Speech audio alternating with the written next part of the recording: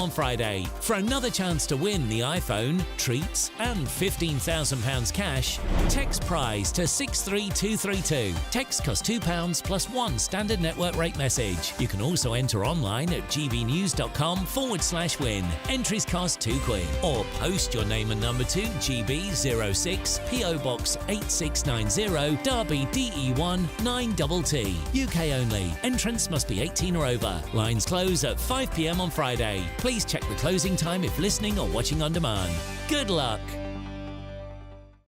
In the GB newsroom, we bring you the news as it happens. With our team of dedicated journalists across the UK, GB News brings you accurate reporting of the day's topical agenda. When the news breaks, wherever and whenever it's happening, we'll be there. This is GB News, the People's Channel, Britain's news channel. Hi there, I'm Michelle Dewberry and I'm going to take a second to tell you all about my show, Dubes & Co. We start off with the issues of the day. We then bring in both sides of the argument. We get rid of the disrespect. And then you throw me into the mix. And trust me, I'll tell it exactly how it is. And then, of course, the magic ingredient, you at home. We mix it all together and what have we got, in my opinion, the best debate show in town. Monday to Friday, 6 till 7 on GB News, Britain's news channel. I'm Patrick Christie's. Every weeknight from 9, I bring you 2 hours of unmissable, explosive debate and headline-grabbing interviews. What impact has that had? We got death threats and the bomb threat and so on. As time passes, she could have said Storm. You made my argument for me. My guests and I tackle the issues that really matter with a sharp take on every story. It went everywhere. Something practical could be done. Or I can become something different. Patrick Christie's tonight from 9 p.m. only on GB News, Britain's news channel. Join me, Neil Oliver, every Sunday night at 6 p.m. on GB News. And if an hour is not nearly enough for you, go to gbnews.com for special extended episodes online every Friday at 9 p.m, where we can truly get into the nitty-gritty of what's going on. GB News, Britain's news channel. If you want your news to be straight talking... This is a nightmare for the Conservatives again. Down to earth. It's not just Nottingham where this is happening, is it? And most importantly, honest. Hard-working, middle-class taxpayers, they'll get their book thrown at them. They catch me, Martin Daubney, Monday to Friday, 3 till 6 p.m. on GB News, Britain's news channel.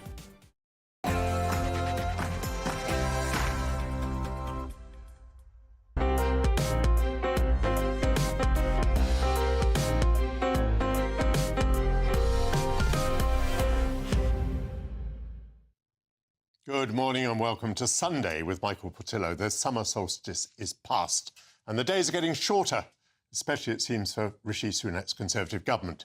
If contemplating the polls, perhaps you've experienced midsummer madness or have bayed at the full moon, I hope that the next 2 hours of debate, culture and world affairs will give succour and be of solstice solace on this summer Sunday. Many of us have already voted. The day of judgment is nearly nigh. Good judgment predominates in my premier panel of pithy political pundits. Loughborough Festival's opera's much-anticipated Wagner Ring cycle is underway. After building it up one opera at a time over the past few years, the tetralogy can now be seen complete. Chief opera critic of The Telegraph, Sir Nicholas Kenyon, has seen Die Walküre and ridden full pelt through the skies to London to share his thoughts. Former Culture Secretary Lord Vasey has said that the artists' boycotts of cultural events in the past month over corporate sponsorship are massively counterproductive. The ennobled Ed will join me, and arts editor of The Express, the so far unknighted and unelevated Stefan Kyriazis, would tell us of his theatrical adventure of what has been hailed as the ultimate Broadway musical from the Golden Age. Before all of that, your headlines with Tatiana Sanchez.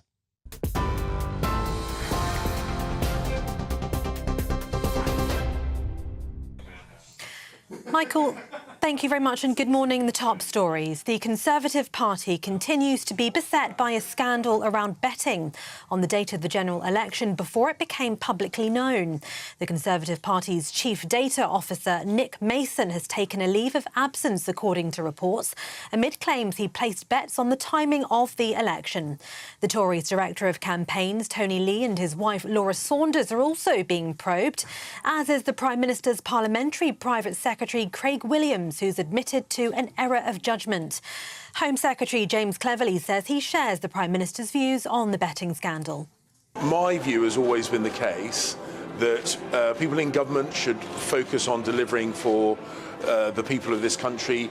People who are officials of the party should be focused on returning as many Conservative MPs as possible so we can form a government so that we can serve the British people. And anything other than that is inappropriate. The Labour leader has suggested that benefits offer less dignity to people than earning a living through work. Sir Keir Starmer took aim at handouts from the state in a piece for the Sunday Telegraph, and he added serving the interests of working people means understanding they want success more than state support. His changed stance on welfare comes as the latest Savanta opinion poll in the Telegraph newspaper today shows Labour retaining its electoral lead over the Conservatives.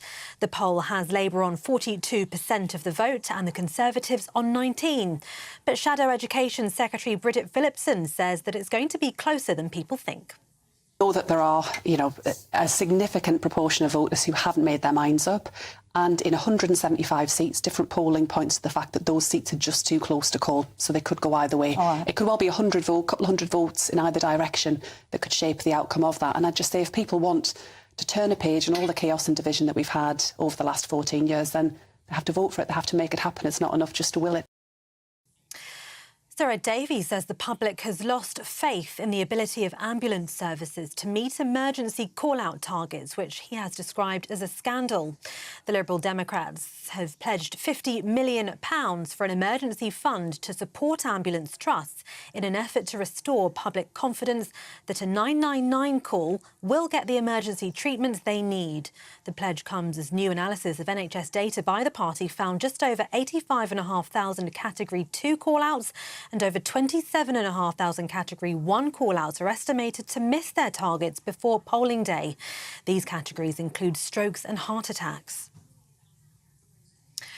In other news, a search operation in Tenerife for a missing British teenager has entered its 7th day.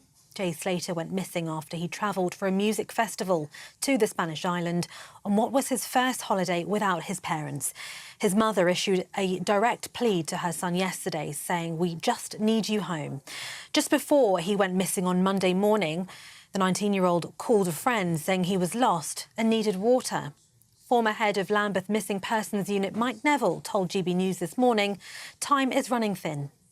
This area of Tenerife is quite wooded, and so there's so many places that somebody could have laid down to rest or take shelter, and it's not so visible from the air. So whilst the Spanish police are making use of helicopters and drones, they're really reliant on humans, so either the police officers, volunteers or park rangers and dogs to try and locate Jay Slater.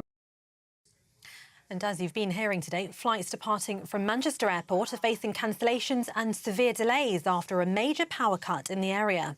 Large queues of people have formed inside Manchester Airport. It is understood the power issue has also affected a number of other buildings near to the airport. Terminals 1 and 2 are severely affected, whilst Terminal 3 is reportedly still running. There are reports that power is back on, but the impact will affect services throughout the day as the airport gets back and up and running. And Scotland are getting ready to take on Hungary in their final Group A game of the Euros football tournament this evening. Scottish fans are getting into the winning spirit in Germany, singing their way into tonight's game. As you can see, not even rain can dampen the Tartan Army's spirits. And for good reason, as Scotland's clash with Hungary could see their team reach the knockout stage of a major tournament for the very first time and all but secure a win into the last 16. Scotland have a slight advantage in that they've secured a valuable point already. For the latest stories, sign up to GB News Alerts by scanning the QR code on your screen or go to gbnews.com/alerts. Now it's back to Michael.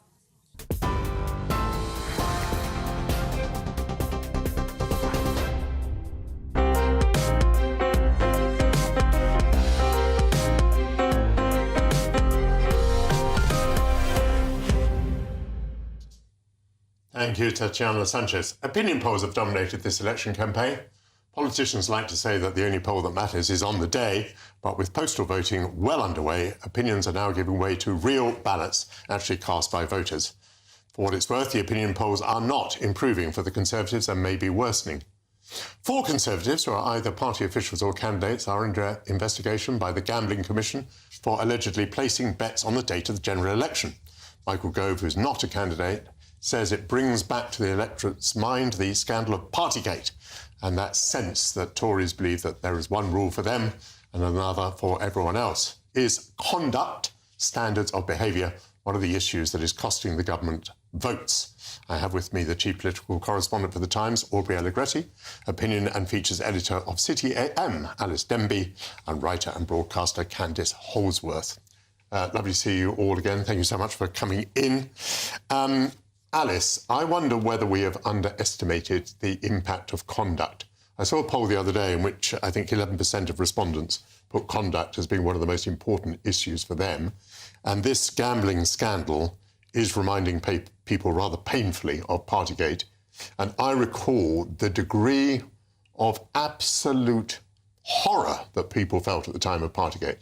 You know, we had the images of the Queen on her own, seated on her own at her husband's funeral, and at the same time, parties going on in Downing Street. Are people being, in a ghastly way, reminded of all of that right now? Yeah, absolutely. And this whole betting scandal does, I think, speak to a real sense of moral dissipation at the heart of the Conservative Party, that these people don't care, and that they're behaving in a way that would be completely unacceptable in business, for example. You know, this essentially amounts to insider trading. But do I think it's the biggest issue for people at the election? No. I think the polls have been appalling for the Tories since well before this scandal came to light.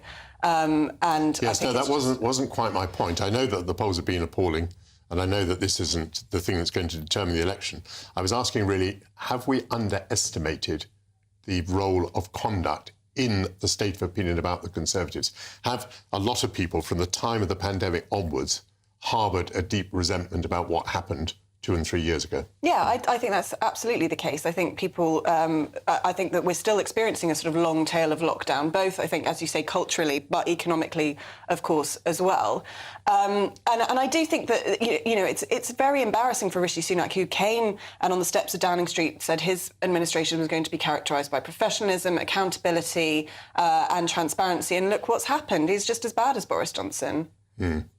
Candice, what do you make of the impact of this scandal?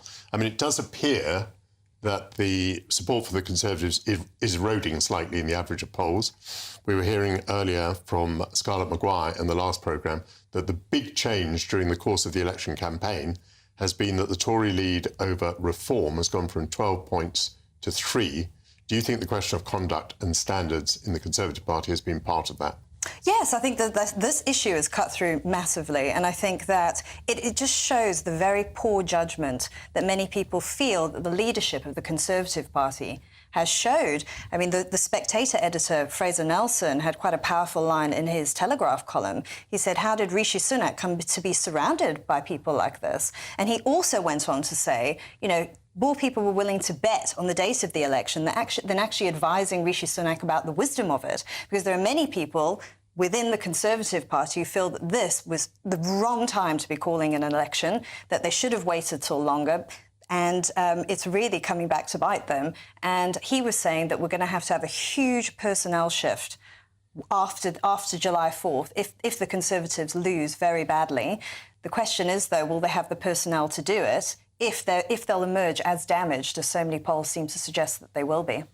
A personnel shift will happen. I think that's pretty clear, and may well be desirable. Do you ever worry, though, that the personnel shift is going to be so dramatic, that is to say, that the Conservatives may be reduced to such a small number, firstly, that the new Labour government would find itself unchecked by an opposition, but also that it would be extremely difficult for that opposition, for the Conservatives, to regenerate from such a tiny base? Does that trouble you? Yeah. It does trouble me. I think they just won't have the representation that you need, like they say, like insiders say, like across all the select committees, for instance. They just won't have that influence. It's interesting, though, I think that Reform are counting on that. I think Reform are counting on an absolute collapse of the Conservatives, that this is an extinction-level event for them, and that they can then come in as the sort of Conservative opposition. Whether or not that will happen, we don't know. Could we be looking at a complete reordering of British politics now? Could Reform replace the Conservatives, or is Conservative politics just damaged for another generation? We don't know. Aubrey Allegretti, it takes some imagination, doesn't it, to try and work out how these individuals who have been accused of things. Things have not been proved yet. But how it could possibly be the case, how someone who is in the know could possibly have thought it was a good thing, a wise thing, a moral thing, to go and place a bet. I mean, firstly, the chances of being discovered, it turns out, are extremely high. But in any case, what kind of moral compass do you lack to think that you should go and put some money on something which you already know about because you're in a privileged position? It's very strange behaviour, and we talked a lot about the previous administrations that came before, and I suppose the problem that Rishi Sunak has got is that people are linking this to what happened under Boris Johnson. But there have been 3 different teams, if you like, around the 3 different administrations, and that's why I think it's so potent, this argument, that there is a sort of rot within the party, that each time a leader has come in and promised to do things differently, and voters sort of look around them and feel the sort of the tone, the aura around the party hasn't changed enough. So I suspect with these 4 individuals, they'll be kicking themselves. Nobody thinks that Rishi Sunak, you know, sort of told these people to do this, or that they may not even have had insider information. I mean, there is a very, very small group of people that would have known about the date of the election. But still, it just looks terrible and completely unwise and reminds all those voters why they were so unhappy in the first place. Yeah, I think it is possible that they didn't have the information, but there's a sort of wide boy element to it anyway. I mean, that anyone who was near to information, who thought he was so clever, or she so clever, because they were so close to information, could think of going to place a bet. I mean, clearly that's just a fundamental misjudgment, is it not? Absolutely. There's questions about the wisdom of people who might be running the governing party of the country who are clearly so senior, particularly when you think of how easy it would be to find out this information. The Gambling Commission, I think, after Craig Williams was discovered to have placed his bet, basically wrote to all of the bookmakers and said, can you check whether to see there are politically exposed people who've placed bets on this subject around this time. So it's incredibly easy information to find out. Yeah, we spend all our time talking about AI. I mean, you don't even need AI to watch a graph to see that no one was betting on this date day after day, and suddenly all the bets go up like that. Let's turn to another possible misjudgment. The allegation that Nigel Farage has made a misjudgment by doubling down on his view that in some way NATO and the European Union acted provocatively in the run-up to Putin's decision to seize Crimea and then to invade the rest of Ukraine. First of all, Alice, what do you make of the argument, to the extent that you have listened to it and understood it? And whatever you make of the argument, has it been a political mistake to double down on it by Nigel Farage? I don't buy this argument at all. I think this is the sort of argument that Jeremy Corbyn used to make, that everything was Britain's fault, that you know, for some reason that Russia isn't our enemy. And I think, you know, where does this argument lead you, that Putin should just be allowed to have Ukraine? So I don't buy the argument at all. I'm not really sure what Farage's strategy is here. Is it a sort of strongman, sort of Trumpy version of politics? To me, it doesn't seem very patriotic. Firstly, just to run back over the argument, in fact, I'm not sure that Farage made all of this part of the argument, but my own recollection is that when the European Union was negotiating with Ukraine for some sort of accession deal in 2013, there was a change of regime in Ukraine. There was a president called Yanukovych who decided he wasn't going to go along with the European Union plan. There was then a kind of revolution in Ukraine. That government was voted out by the parliament. There were enormous crowds that gathered in the square in Kiev. The Russians accused the European Union of having manufactured this discontent. There was a change. A pro-EU government came in, and that was followed a few days later by the annexation of Crimea by Russia. So, I mean, I think there are some causal links in there. I mean, I don't think Farage is talking nonsense. Let's go to the second point, though. Even if Farage were not talking nonsense, would he be sensible to double down on this subject? He didn't introduce it. He was challenged by an interviewer on what he'd said before. Is he sensible to double down on it in political terms? I don't think so. I think people look at Putin and the war in Ukraine and plainly see that he's in the wrong, and that Britain's interests lie in protecting Ukraine, having a free, democratic Ukraine. And I'm not sure why he's sort of flirting with Putin in this way. It's the politics of Jeremy Corbyn. I'm quite confused by it. I don't think he's flirting with Ukraine. I think he's doing something older for him, which is attacking the European Union. Candice, what did you make of it? I think I found it so interesting. I mean, there is that view. It does exist. It exists on the right and on some elements of the left, like you say, Jeremy Corbyn, that it was NATO that played a very provocative role in what's happened in Ukraine and have given Putin the pretext to invade. I'm not convinced by that argument personally. I kind of take the more centre-right view that Ukraine is a sovereign nation, and I think Russia is trying to create a sphere of influence that it doesn't want anyone to interfere with. They do this in Africa as well, but I don't necessarily think that these alignments are fixed and that we always have to stick with them. I think that countries should be able to decide who they wish to align with. It's a very complex, tricky thing, though, because you can draw a red line, but how far do you go in terms of military conflict? And I think this is something that Nigel Farage has brought up and various people have brought up, that it is an unwinnable conflict. There is going to be a lot of death, and you're not necessarily going to see a Ukrainian victory, and maybe we need to come to terms with that. But that doesn't mean, and this is such a complex point to make, that you think that we should appease Putin in any way. It's tricky. It's very tricky to navigate a situation like this. And again, I would say I'm not at all sure that Farage is saying anything about appeasing Putin. We've established, I think we agree, that the key change during this election campaign since it began has been the advance of reform at the expense, principally, of the Conservatives. My question to you then, Aubrey, is do you think that Farage has put some of those gains in peril by doubling down on these remarks? Well, possibly. I mean, I think that the wider question for him here is how much he supports Donald Trump's position on Ukraine, because he was all set to go over to America to campaign for his self-described great friend, who is quite possibly going to be the next president of the United States. And Donald Trump obviously took a very staunch position against sending further funding to Ukraine, which significantly inhibited Ukraine's ability to defend itself and fight back. So I suspect that there are more important questions about what Nigel Farage thinks about the future of Ukraine rather than the causes of the current war. But be a helpful pundit for me. Do you think that Farage is going to lose a couple of points in his poll ratings because of these remarks? Do you think it will make no difference? Do you think it will make him more popular with his base? It would certainly do the latter and make him more popular with his base. I mean, if you're looking at the sort of, conservative to reform voters, possibly a few kind of Labour voters who might have been eyeing up reform, they might be tempted by this sort of language as well, and they like that he said that the leader he most admired was Vladimir Putin because of his sort of strength in standing up to Europe.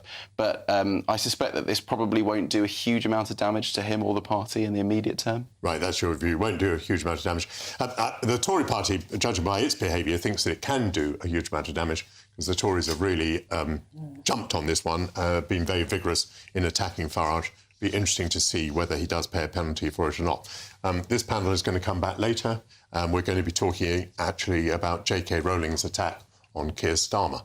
For the time being, though, Aubrey Allegretti, Alice Denby, Candice Holdsworth, thank you very much. After the break, I know of nothing more complicated and more demanding in the world of the performing arts than the 4 operas that make up Richard Wagner's Ring Cycle. Cannot understand how such an ambitious project can be attempted by a little opera company deep in the Gloucestershire countryside. Opera critic Sir Nicholas Kenyon will be here with his review. Stay with us. This is GB News, Britain's news channel.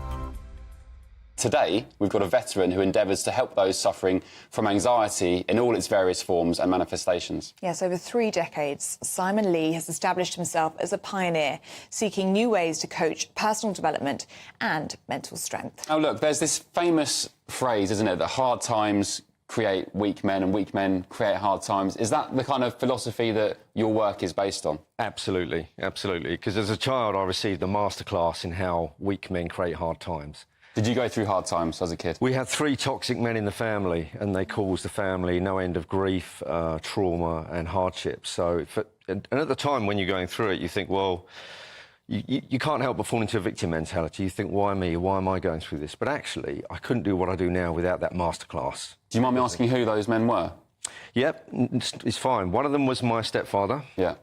One of them was my grandfather, and one of them was my uncle. Right. So they're all inner family members. And without exception, all of them, outside of the family doors, wanted to put themselves across as moral pillars of society. How do you turn that story around and be the man that you are today and turn what you went through into a positive? How do you do that? You've established that pretty much you can, choose to be a victim of your circumstance or use it as inspiration to do better and say, you know what, when I'm older, for example, if you had a bad childhood, I want to make sure my kids get the kind of childhood I didn't have. So how do you relay that to the people you mentor now, I guess? What we do, I set up something called Unlimited Courage. We talk about giving men a primary aim of courage. So we bring in philosophies such as Stoicism, our own 7 Courages, Bushido, and they love it. They love it. And I must admit, when I found it, I felt like I'd found the Holy Grail. Wow. The People's Channel. On election night, we are throwing a party. The GB News Election Night Watch Party will be live from Essex and you are all invited. On air from 10 o'clock, we'll have familiar faces from across the channel, entertainment and lots more stuff as we keep our eye on all the results as they come flying in. If you want to join our live Election Night Watch Party audience, scan the QR code on screen or go to gbnews.com/election party. Good afternoon, Britain. Your lunchtime update on the stories that matter across the UK. From breaking news and insightful analysis, inspiring stories and lively debates. You're comparing yourself to a former Prime Minister. Which is it? Stay informed, stay updated, stay entertained. I just don't know how anyone would not want to be there. Every weekday from midday. We are Good Afternoon Britain, only on GB News. Britain's news channel.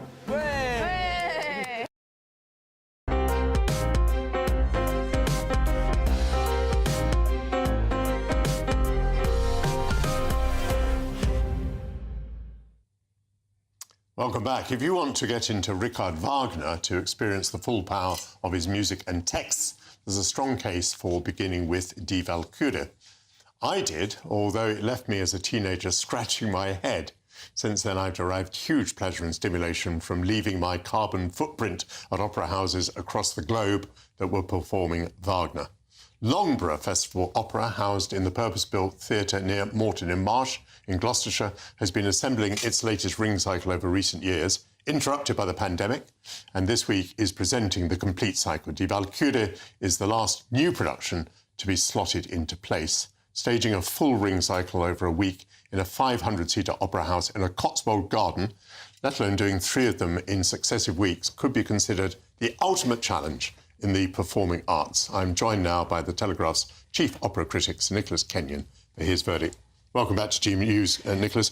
I mean, this is the most extraordinary story because I cannot think of anything more ambitious than a Wagner ring cycle, and it's performed here at a tiny scale in one sense, in a little opera house in the countryside. But in the years that this has been going, I think about 3 decades now, Loughborough, it's actually grown enormously in sophistication. Used to have, for instance, a tiny orchestra, now has quite a large one. And they have a huge musical benefit from their conductor, Anthony Negus, who is one of the most experienced Wagnerians around. It is a massive undertaking, but I think what's become clear this week, and especially with Valkyrie, is that what Loughborough has found is a way of doing Wagner that doesn't need to be hugely complicated. It doesn't need to be trend-setting in getting contemporary relevances or obscure readings of the text. It simply presents the text as it is. And the small theatre enables not all of the singing has to be over-projected. It can be quite conversational at times. They've brought in some superb singers. Emma Bell as Sieglinde is new to the cast this year. And so, having built it up over the years, they've almost reduced the scenic ambition down to something that can be achieved on a couple of platforms, a few strong spotlights, and really good personal interaction. Yes, be that as it may, you're still talking about 17 hours of opera.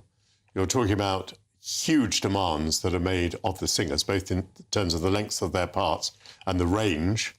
In Götterdämmerung, you have a full-size chorus that comes on. Although Loughborough used to perform with a very small orchestra, let's face it, it's better with a larger orchestra. And again, the demand that is made of the brass there is enormous. But just bringing together such a lot of activity and making it happen, you know, having 17 hours of opera, let's say, within a week, I mean, it's hugely demanding, however you shrink it in the ways that you've described. It is, of course, an amazing achievement, but bear in mind it is the one thing that they are doing for this period of the year. The theatre is there designed for this purpose. The director, Amy Lane, clearly has a way of approaching Wagner opera that can pace it through the week. They have a day off between each of the 4 operas, and so the accumulating tension of it is something extraordinary. Now, I wanted to talk to you about how opera is organised in Britain. Were we in Germany, we'd probably find in any largish provincial town that there would be an opera house and there would be an opera with ongoing activity. That's not the case in Britain. We do have some operas in the provinces, but not so many. But what we do have is this extraordinary phenomenon of sort of country house opera, of which Loughborough is one example. But there, and if you just pass them over for a second, you see this is this year's programme from Garsington, which is out in the country fairly near High Wycombe.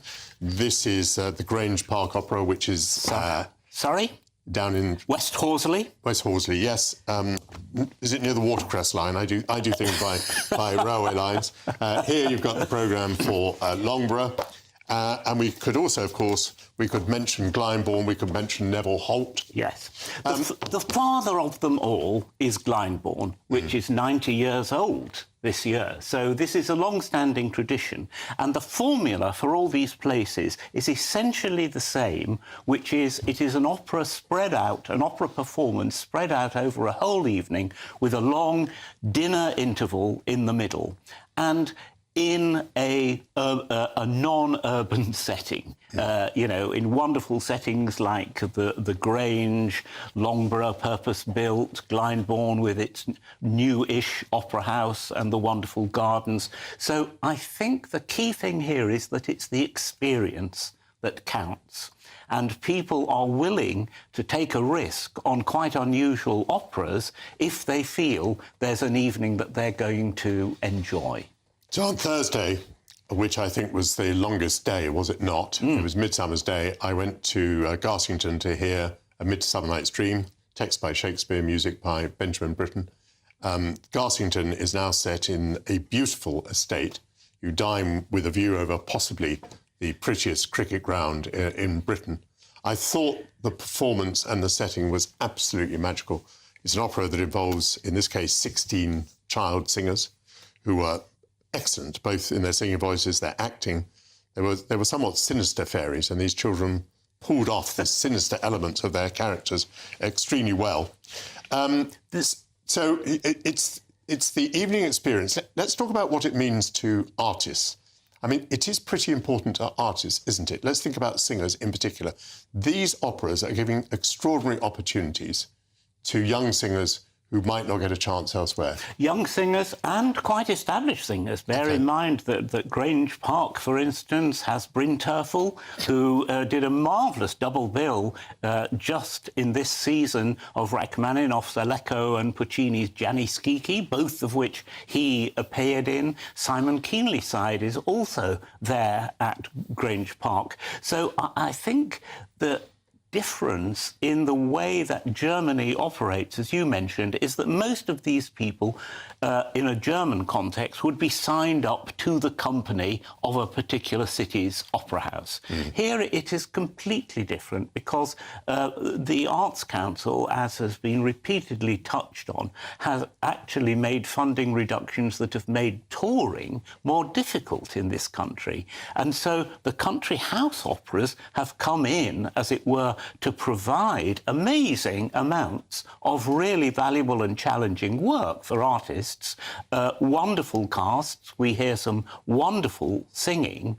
But I think there is one issue, which is these are all quite expensive operas for a certain class of opera goers. And it's a huge disappointment to me that at the same time there aren't the availability of really cheap seats and the sort of thriving younger audience that English National Opera, for instance, had at the Coliseum. No, precisely so. I mean, you and I have debated before about the opera houses that are situated in our capital or in Leeds or in Cardiff, who make extraordinary efforts to try and make opera available and approachable to people from outside.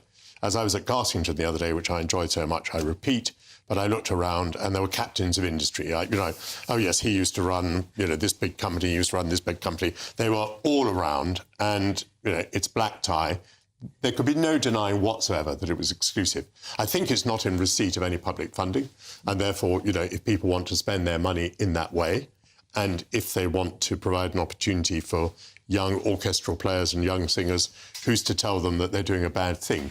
But I agree with you that there simply is, in this case, no denying that it is elitist. Credit where credit's due, all these companies recognise the need to be involved with young people, to offer experiences to young people, and Garsington, for instance, has just built a whole new set of rehearsal and education studios on that wonderful site, thanks to Mark Getty in Wormsley Park. So I think they are aware of the problem, but the concern is that those who fund opera will think, this is plenty. This is quite enough opera that's going on, Loughborough, Grange, Garsington, and will neglect the appeal to a younger audience, which English National Opera, and even if you think of the back of the top of the Royal Opera House, frequently did. And when you look back at the amount of touring that those companies were able to do in the past, it's a whole different scenario now, because the Arts Council cut back on touring for Glyndebourne, for instance, and touring by Welsh National Opera. So it's a very, very tense and difficult picture at the moment for what I would call mainstream convincing opera for the widest possible audience. But we are seeing some wonderful things here. Yes. These country opera houses are having, I think, an extraordinarily good season. You mentioned the rehearsal facilities built at Garsington, £14 million raised privately for those facilities. Thank you, Nicholas Kenyon, very much indeed. Coming up, sort of on a related issue, are arts festivals at risk? The commercial sponsors of literary and music festivals have been hounded out by activists, or they've withdrawn over political disputes. But the lack of funding for events have far-reaching consequences. Former Culture Secretary Lord Ed Vaizey will be here. Stay with us. Hello, a very good morning to you. There is some cloud around this morning, even some low cloud mist and drizzle, but it's going to turn increasingly sunny through the rest of the day and the next few days, with temperatures rising as a result. Best of the sunshine first thing, Scotland, Northern Ireland, Northern England. Across the Midlands, parts of central southern England, South Wales and the southwest. A fair amount of low cloud first thing, even some drizzle over the hills and coasts, with some mist lurking around the coasts of southwest England. That could persist through much of the day, but inland the cloud will break up, and as the sun comes through, highs of 22 to 25 Celsius are expected. Now, later in the day, the cloud across southern parts will break up more widely, and I think through the evening we'll have some late sunshine coming through. It's going to stay warm as well. A lovely evening out there. Just some drizzle there over Dartmoor and some mist lurking around the coast of Devon. Other than that, plenty of fine weather as we end Sunday. Northern Ireland seeing some cloud arrive into the west, and western Scotland, again, some cloud and some low cloud at that, starting to push in as we end the day. But this area of rain tends to be shunted to the far north, and it will largely avoid Scotland as it pushes away. That means that overnight we'll see widespread dry weather and clear skies. Under those clear skies, a few mist patches could once again pop up here and there, and we'll keep the coastal mist across southern parts of England. But widely, it's a beautiful start to the day on Monday morning. Plenty of sunshine up and down the country. A couple of exceptions. Coastal parts of southern England, again some low cloud and mist, and the far northwest of Scotland, some lower cloud here with some patchy rain and drizzle. But where we've got the sunny skies elsewhere, temperatures rising as a result, and highs of 26 or 27 Celsius are possible. GB News is Britain's election channel. And when the big stories break, we're tackling them on Britain's newsroom. When we disagree, and we disagree a lot, it's even livelier than normal. We don't disagree that much. We do. His comedy, though, is revolting. I knew her, and unlike you. That explains Beverly Turner's temperament. It's a bit frosty in here, isn't it? He'll have one of me one day. Yeah, for dartball practice. Britain's newsroom on GB News. Weekdays, 9:30 a.m. GB News, the People's Channel, Britain's news channel. Join me, Nana Akwe, for an informative, interactive news programme with a difference. It's fun. It's true. You're not wrong. No one will be cancelled. Lovely. Join me from 3 p.m. every weekend, only on GB News, Britain's news channel. I'm Stephen Dixon, and thanks for joining us on GB News, Britain's news channel.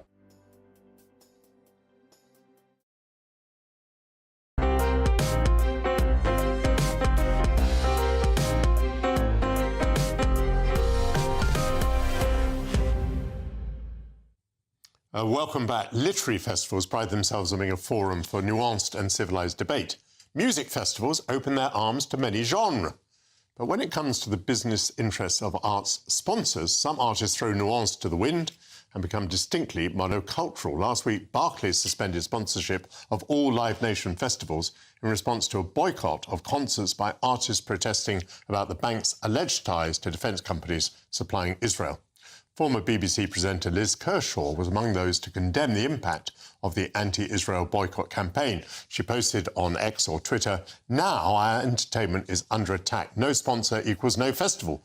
Bullying of bands equals no festival. This is really sinister and is potentially devastating for musicians, music lovers and our culture." That's the end of her quote. So are the arts under threat? Will cancel culture lead to the cancellation of culture? Joining me now to discuss this is former Culture Secretary Lord Vaizey. Ed, thank you very much for joining me on GB News. Do you regard this as a pretty serious matter? Yes, I do. I think things are getting out of hand. I mean, we've been travelling in this direction for a while. The cancellation of BP, for example, by many different arts organisations has not been helpful. And at this point, I think we're seeing cancel culture sort of going to extremes. You know, we live in an interconnected world. You're not going to find any commercial organisation that won't be doing something of which you personally might disapprove. But you've got to understand that private philanthropy and corporate sponsorship are absolutely essential to the arts in this country. And many of the things we all enjoy just wouldn't be there without it. And I know from my own position as a trustee of an arts organisation how long it takes to persuade commercial organisations to come on board. It takes months or years of wooing them. And, you know, it's now going to be made even more hard because every single commercial organisation is simply going to think, well, if I agree to this sponsorship, when's the next attack coming? Yes. They're going for sponsorship because it's good for their reputation. But, of course, if they're driven out of a sponsorship, that is very unwelcome publicity. And many of them now have to face that as being a possibility. What do you think are the mechanisms that are at work here? I mean, do you think a number of bands have spontaneously decided to boycott various festivals? Or is there a campaign underway, and who is behind that campaign? Well, there is some kind of campaign underway. I mean, fossil-free books, for example, nobody quite knows who's behind it. And what is particularly unpleasant about this campaign is the sort of targeting of individual authors to try and intimidate them into coming on board, and also the fact that fossil-free books won't sort of come out and be transparent about who they are. I don't know who's behind I, funnily enough, did an interview with one of the musicians who decided to boycott a music festival because it was sponsored by Barclays. They had particularly strong political views that I didn't agree with, but that was their decision. But again, I think this is organised in some way, and it's a sort of slight collective madness, and it's extremely damaging. And the other thing that obviously people can't bear, I can't bear, is the sort of sheer hypocrisy, particularly on issues like climate change, where the protesters are all people who will be using public transport, which relies still on fossil fuels and so on. And also the failure to acknowledge that the amount of progress we've made in the issues they care about. I mean, Britain itself has an incredible record in moving towards green energy. And you can't simply wish for your, nirvana to appear overnight and therefore attack everyone who's not delivering it overnight for you when it's impossible. By the way, I would just say it is not off the cards that you wouldn't object to an individual sponsor in a legitimate way. I mean, we had the whole row about the Sackler fortune, which is linked to OxyContin and the huge problems that has caused in the US in particular. And many galleries did, I think, potentially legitimately move away from accepting sponsorship from the Sackler family. So it is important that you have an ethical policy, that you review the people who are lining up potentially to sponsor your exhibition or your festival, but to take out very legitimate companies like Barclays or BP, I think is beyond the pale. And you began by saying that you thought this was going too far, you thought this was getting out of hand. Very briefly sketch what your sort of worst fear about all this is. Well, my worst fear is, I go to a lot of literary festivals and they're run on an absolute shoestring by volunteers who are very passionate about what they do. And that is, it is very, very likely that many literary festivals will simply go to the wall because their margin of error is very small indeed. And also, they're in a position now, they're not in a position where if they lose a sponsor, they can just turn around and get another one. Because as I said earlier, people are going to be extremely cautious. So it won't be necessarily the big organizations. I heard you talking to Nick Kenyon about the opera, the Royal Opera House and so on. They'll probably be fine. They've got huge resources to attract sponsorship. It's the small, volunteer-led gems, small literary festivals, small opera festivals, small musical festivals that simply won't be able to survive. Thank you very much indeed, Lord Vasey. Ed Vasey, thank you for being on GB News. Now, still ahead, it's nearly time to take to the stage for Stefan Kyriazis to hear about his escapades in the auditorium. Stay with us.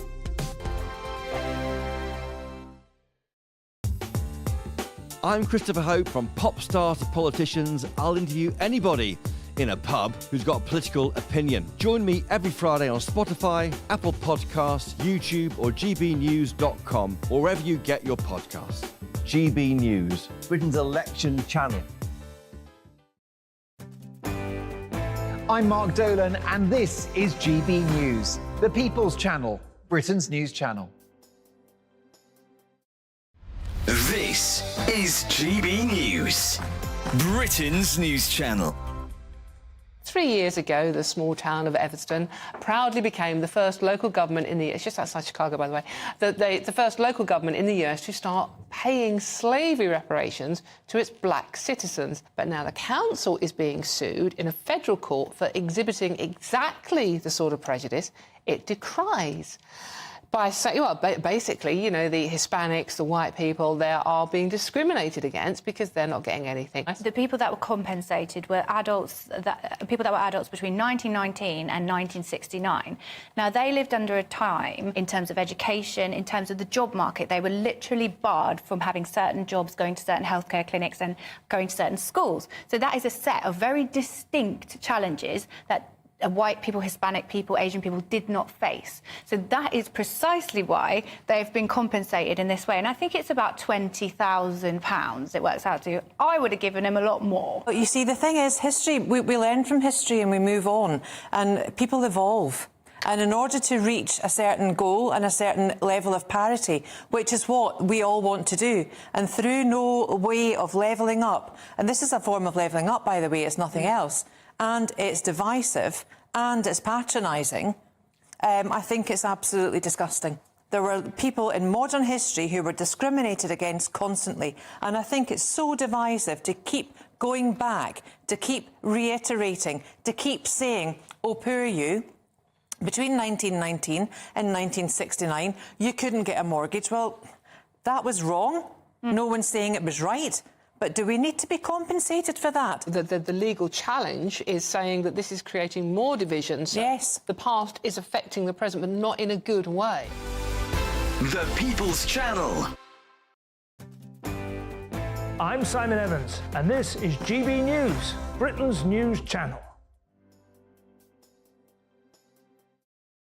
Sunday nights on GB News. From 6, Neil Oliver. At 7, it's Free Speech Nation with Andrew Doyle. At 9, Mark Dolan. And at 11, get set for the week ahead with headliners. Tomorrow's papers tonight. GB News, the People's Channel, Britain's news channel.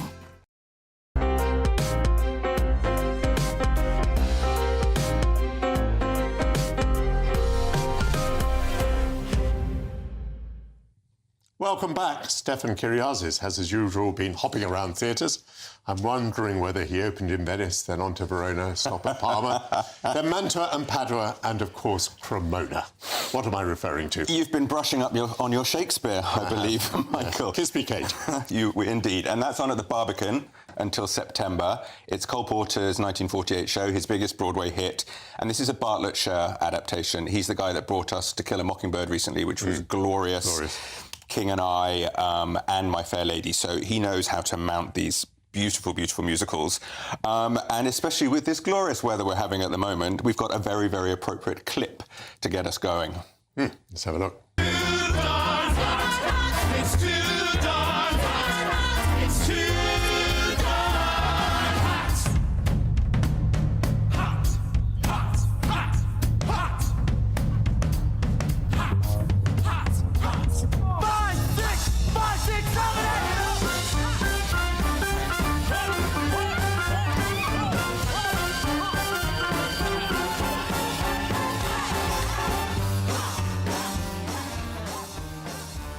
That looks deeply exciting.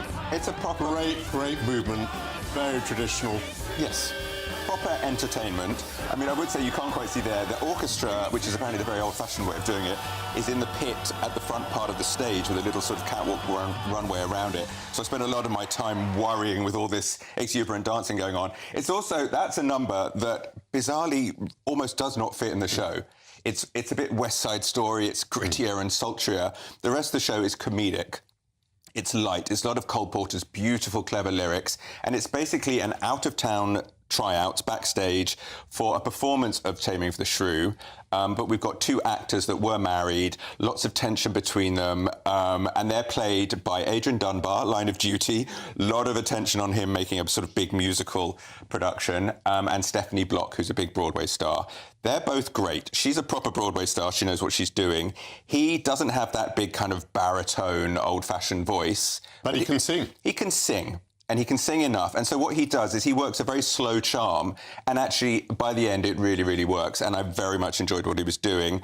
The rest of it, we've got just wonderful. We've got Charlie Stemp, stunning actor, and Georgina Onuora. And then we've got Peter Davidson, wanders on as a general later on. And basically, there's a play within a play where we go to all the Italianate towns and we sort of play out the Taming of the Shrew, but very, very lightly silly. What we saw there was a rotating stage. It's a stunning stage. You can see they're having a scene backstage, and then it sort of continues when they're front of house doing their Taming of the Shrew. And not just the staging that you see. Sometimes when it comes around, there's something totally different. They've completely changed the staging. So it's classy, well performed. The songs are glorious. Brush Up Your Shakespeare is great. She devours the big number I Hate Men, which is just brilliant. It's feel good. It's wonderful. I absolutely loved it. I really, really enjoyed it. Superb. Big tick for Kiss Me Kate. Absolutely. Running till when? Till September at the Barbican. Fantastic. So plenty of chances. Lots of Swan Lakes around at the moment. I'm going to one at the Royal Opera House this week, but you're going to talk about another one. Lucky. And we've also got the Matthew Bourne all-male one coming up at the end of the year at Sadler's Wells. Amazing. We had the big one at the Royal Albert Hall, and now we've got the acrobatic Swan Lake, which was here in 2008 and created a huge, huge splash, actually worldwide. And I think if I show you the trailer, you'll get an idea of why people were so excited about it.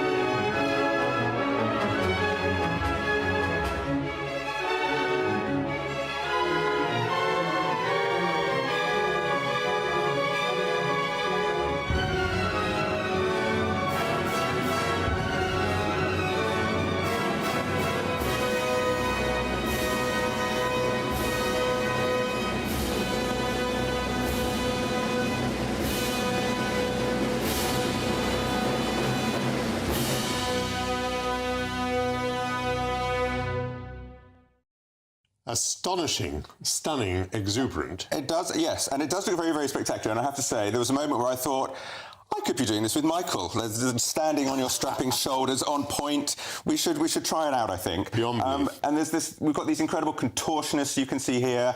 The famous part is where the girl is either on point on his shoulder or there on his head. So this is jaw-dropping stuff. Now, I would say this trailer is not the same production that's at Sadler's Wells. It's a reduced production at Sadler's Wells. So that scale looked really magnificent. It wasn't quite on that scale at Sadler's Wells. And so for me, it felt a little bit like a sort of scaled-down, slightly cheaper touring version. It wasn't all quite together. I would really prefer, it's very Cirque du Soleil, as you could see, that they just did an acrobatic show with a vague theme. But they try and crank in the Swan Lake story, but the prince vaguely has a sense that a princess across the world is in trouble and then heads off to ancient Egypt and Siam and all these places. It doesn't really make much sense. Acting is terrible. The dancing, the ballet is not great. Those girls on wheels, I think you saw there in the dresses, didn't really work for me. And the acrobatics are wonderful. It's a great acrobatic show. Right. As an adaptation of Swan Lake, not for me. OK, you've summarised it perfectly. We're slightly running out of time, and you want to tell me about Mean Girls. We're just slightly previewing this one because there's a lot coming up next week as well. So this is Mean Girls, huge major show back in the day with Lindsay Lohan and Kate McAdams. And this is a girl that comes back from Africa where she's been homeschooled. She goes into a high school setting, and it's very, very, very clever because she uses the jungle as a kind of method to explain everything. Yes, let's have a look. She doesn't know yet. No, she doesn't know yet.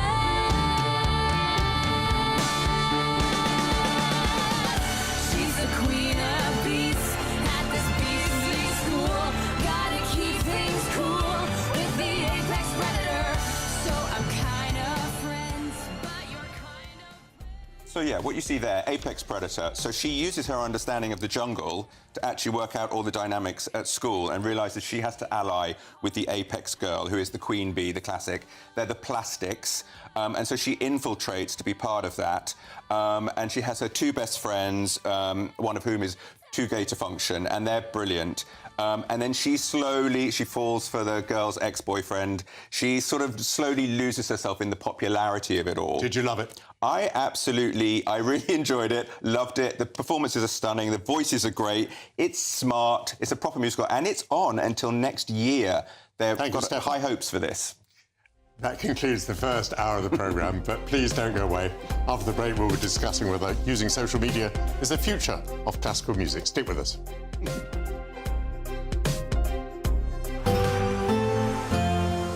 A brighter outlook with Box Solar, sponsors of weather on GB News.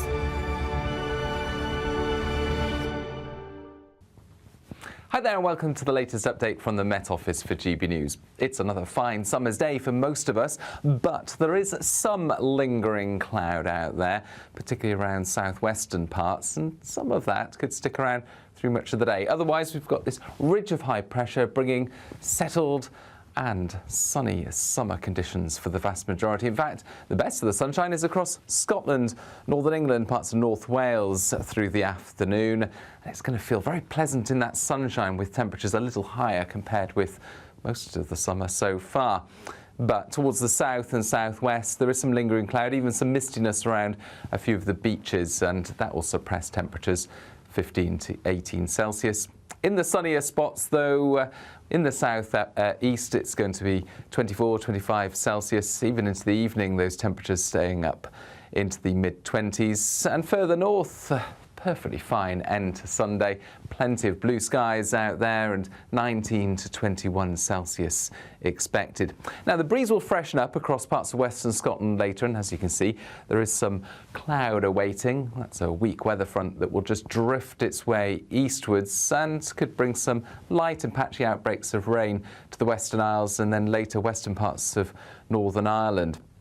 Really no big deal, though. It's just going to be an increasingly breezy and cloudy picture here overnight. Elsewhere, clear spells coming and going, but still some cloud across southern parts and some mist around some of the coasts of southwest England once again. It's going to be a mild night, though, in some parts of central and southern England. Temperatures won't drop below 15 or 16 Celsius. Then a bright start for the vast majority, but again, a lot of cloud across central and southern parts. That will tend to clear through the day and allow temperatures to reach 28 Celsius. That warm feeling inside from Boxed Boilers, sponsors of weather on GB News.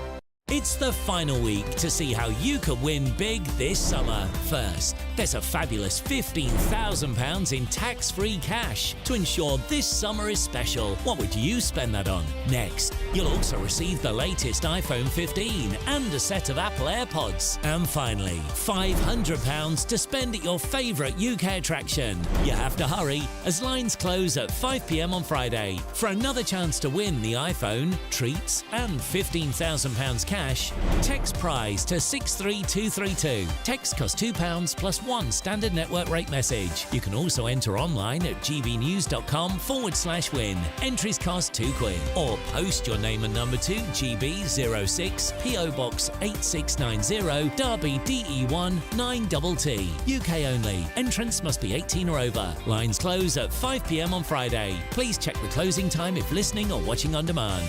Good luck.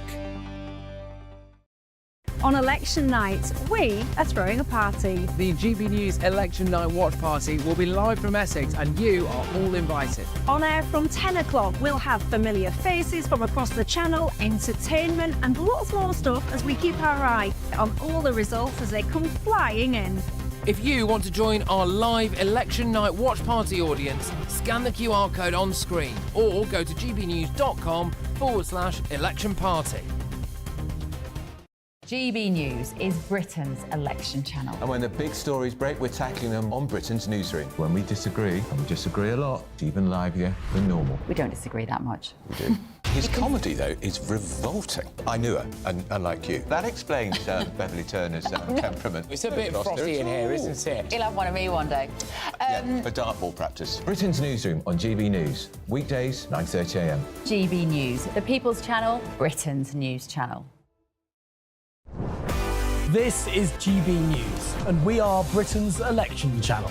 This vote may seem to be about the politicians in the media, but it's actually about you. And we won't ever forget that. Join us up and down the country as we follow every moment together. Now more than ever, it's important to hear all sides as you make your decision ahead of polling day. We're here for you.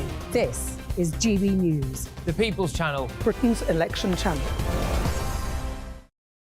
Hi there, I'm Michelle Dewberry and I'm going to take a second to tell you all about my show, Dubes & Co. We start off with the issues of the day. We then bring in both sides of the argument. We get rid of the disrespect. And then you throw me into the mix. And trust me, I'll tell it exactly how it is. And then, of course, the magic ingredient, you at home. We mix it all together and what have we got, in my opinion, the best debate show in town. Monday to Friday, 6 till 7 on GB News, Britain's news channel.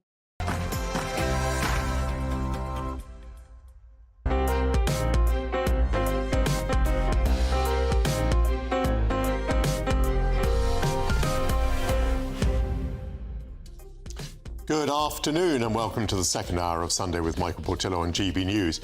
I hope that you plan to spend this first hour of this summer Sunday afternoon with me as we direct the unforgiving midday light onto a variety of political and artistic subjects. Could social media be the key to classical music's revival? Classical pianist and double bassist Anne Gabrielle Douce shares her talents and fun facts about classical music so as to engage the next generation, and she will engage with me shortly. Is the economy a deciding factor at the ballot boxes as inflation met the Bank of England's target for the first time in 3 years? Are the Conservatives finally on the right track, or might they bequeath a healthy economy to Labour? I'll be joined by Dr. Roger Giewald. And at the end, we're a nation that loves to eat outdoors when the opportunity arises. This week, we're celebrating National Picnic Week. I'll be joined by Jo Hunter, CEO and founder of Piglet's Pantry, who will unpack her perfect picnic pouches with us. All of that ahead, but first, your news headlines with Tatiana Sanchez.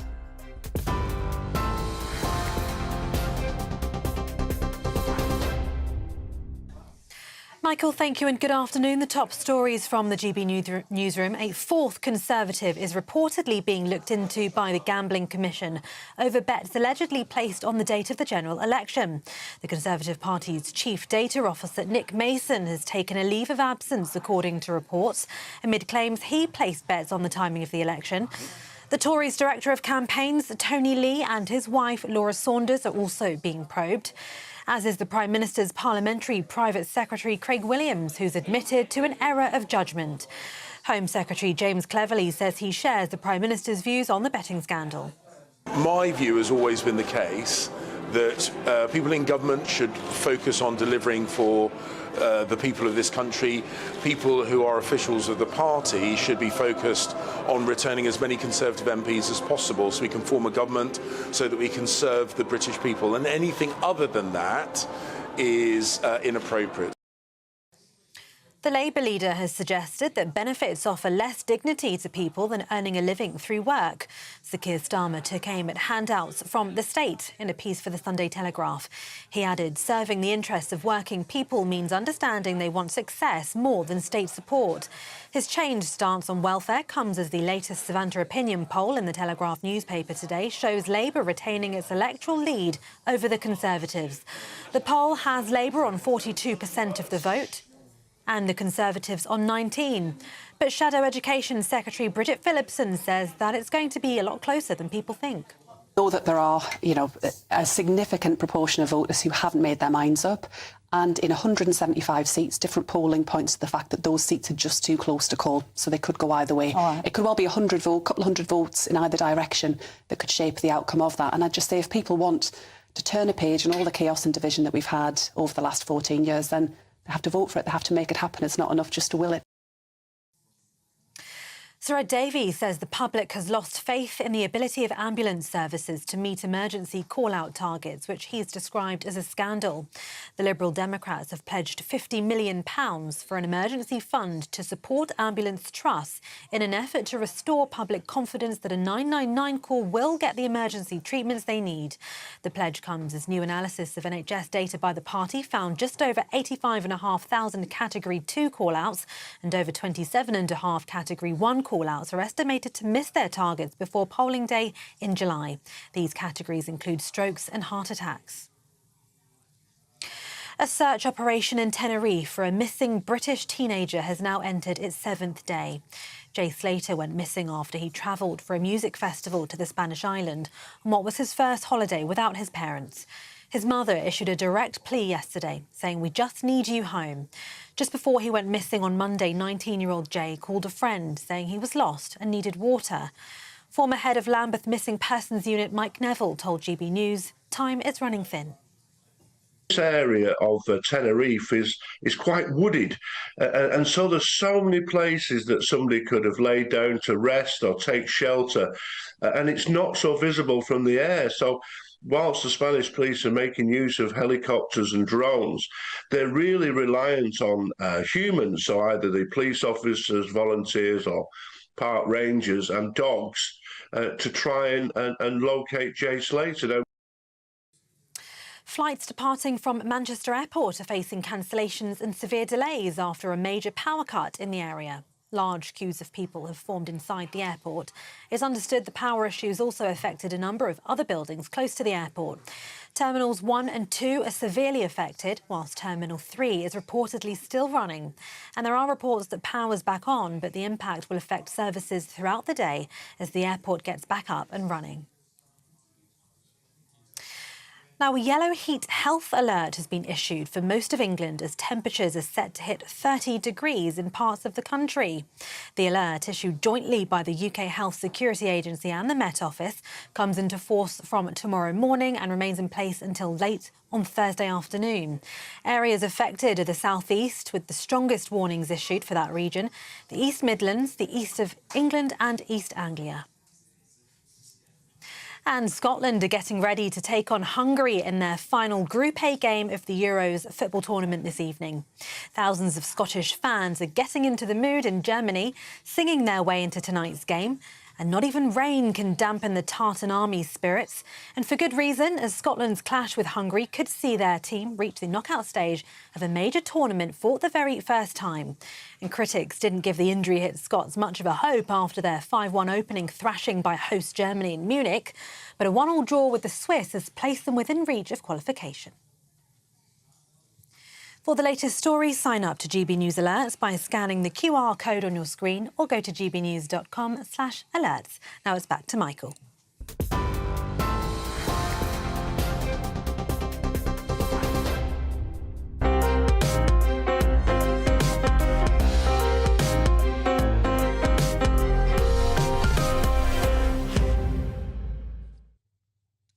Thank you, Tatiana Sanchez. The author, J.K. Rowling, a lifelong supporter of Labour, made a robust attack on Sir Keir Starmer and other senior members of the Labour team, accusing the party of abandoning women. She wrote that she has a poor opinion of Starmer's character, continuing, "As long as Labour remains dismissive and often offensive towards women fighting to retain the rights that their foremothers thought were won for all time, I'll struggle to support them."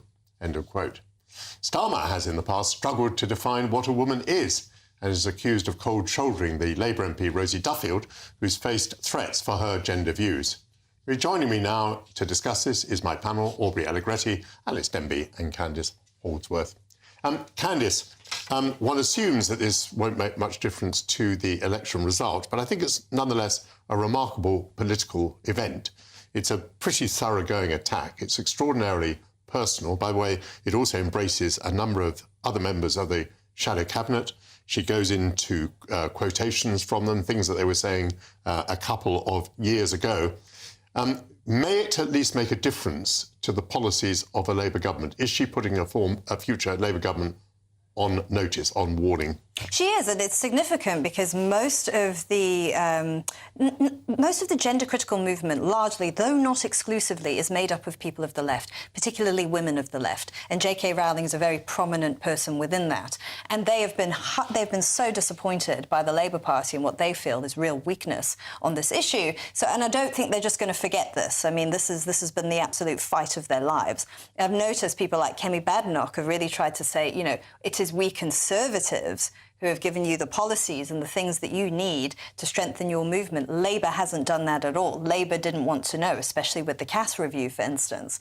I don't know if it will mean anything firm. I don't know if Labour would do something like commission the Cass review in the future. I get the feeling like Keir Starmer is just trying to detoxify this issue. This is something that he can't be attacked on, why he's changed his language on this. But I don't know if you're going to get anything from Labour that's going to really be very definitive, like you've seen from Kemi Badenoch, for instance. I just don't think philosophically they're there. I mean, it appears, I'm staying with you, Candice, it appears that Keir Starmer has changed his position quite a lot. Yeah. He's moved on from whatever it was, that 99% of women didn't have a penis or whatever, to a more satisfactory definition of what a woman is. But you're even doubting that, are you? You're doubting really whether he has moved on. It's difficult to say. I mean, I think J.K. Rowling's point was, you know, why did he agree with Tony Blair on the biology, but not Rosie Duffield?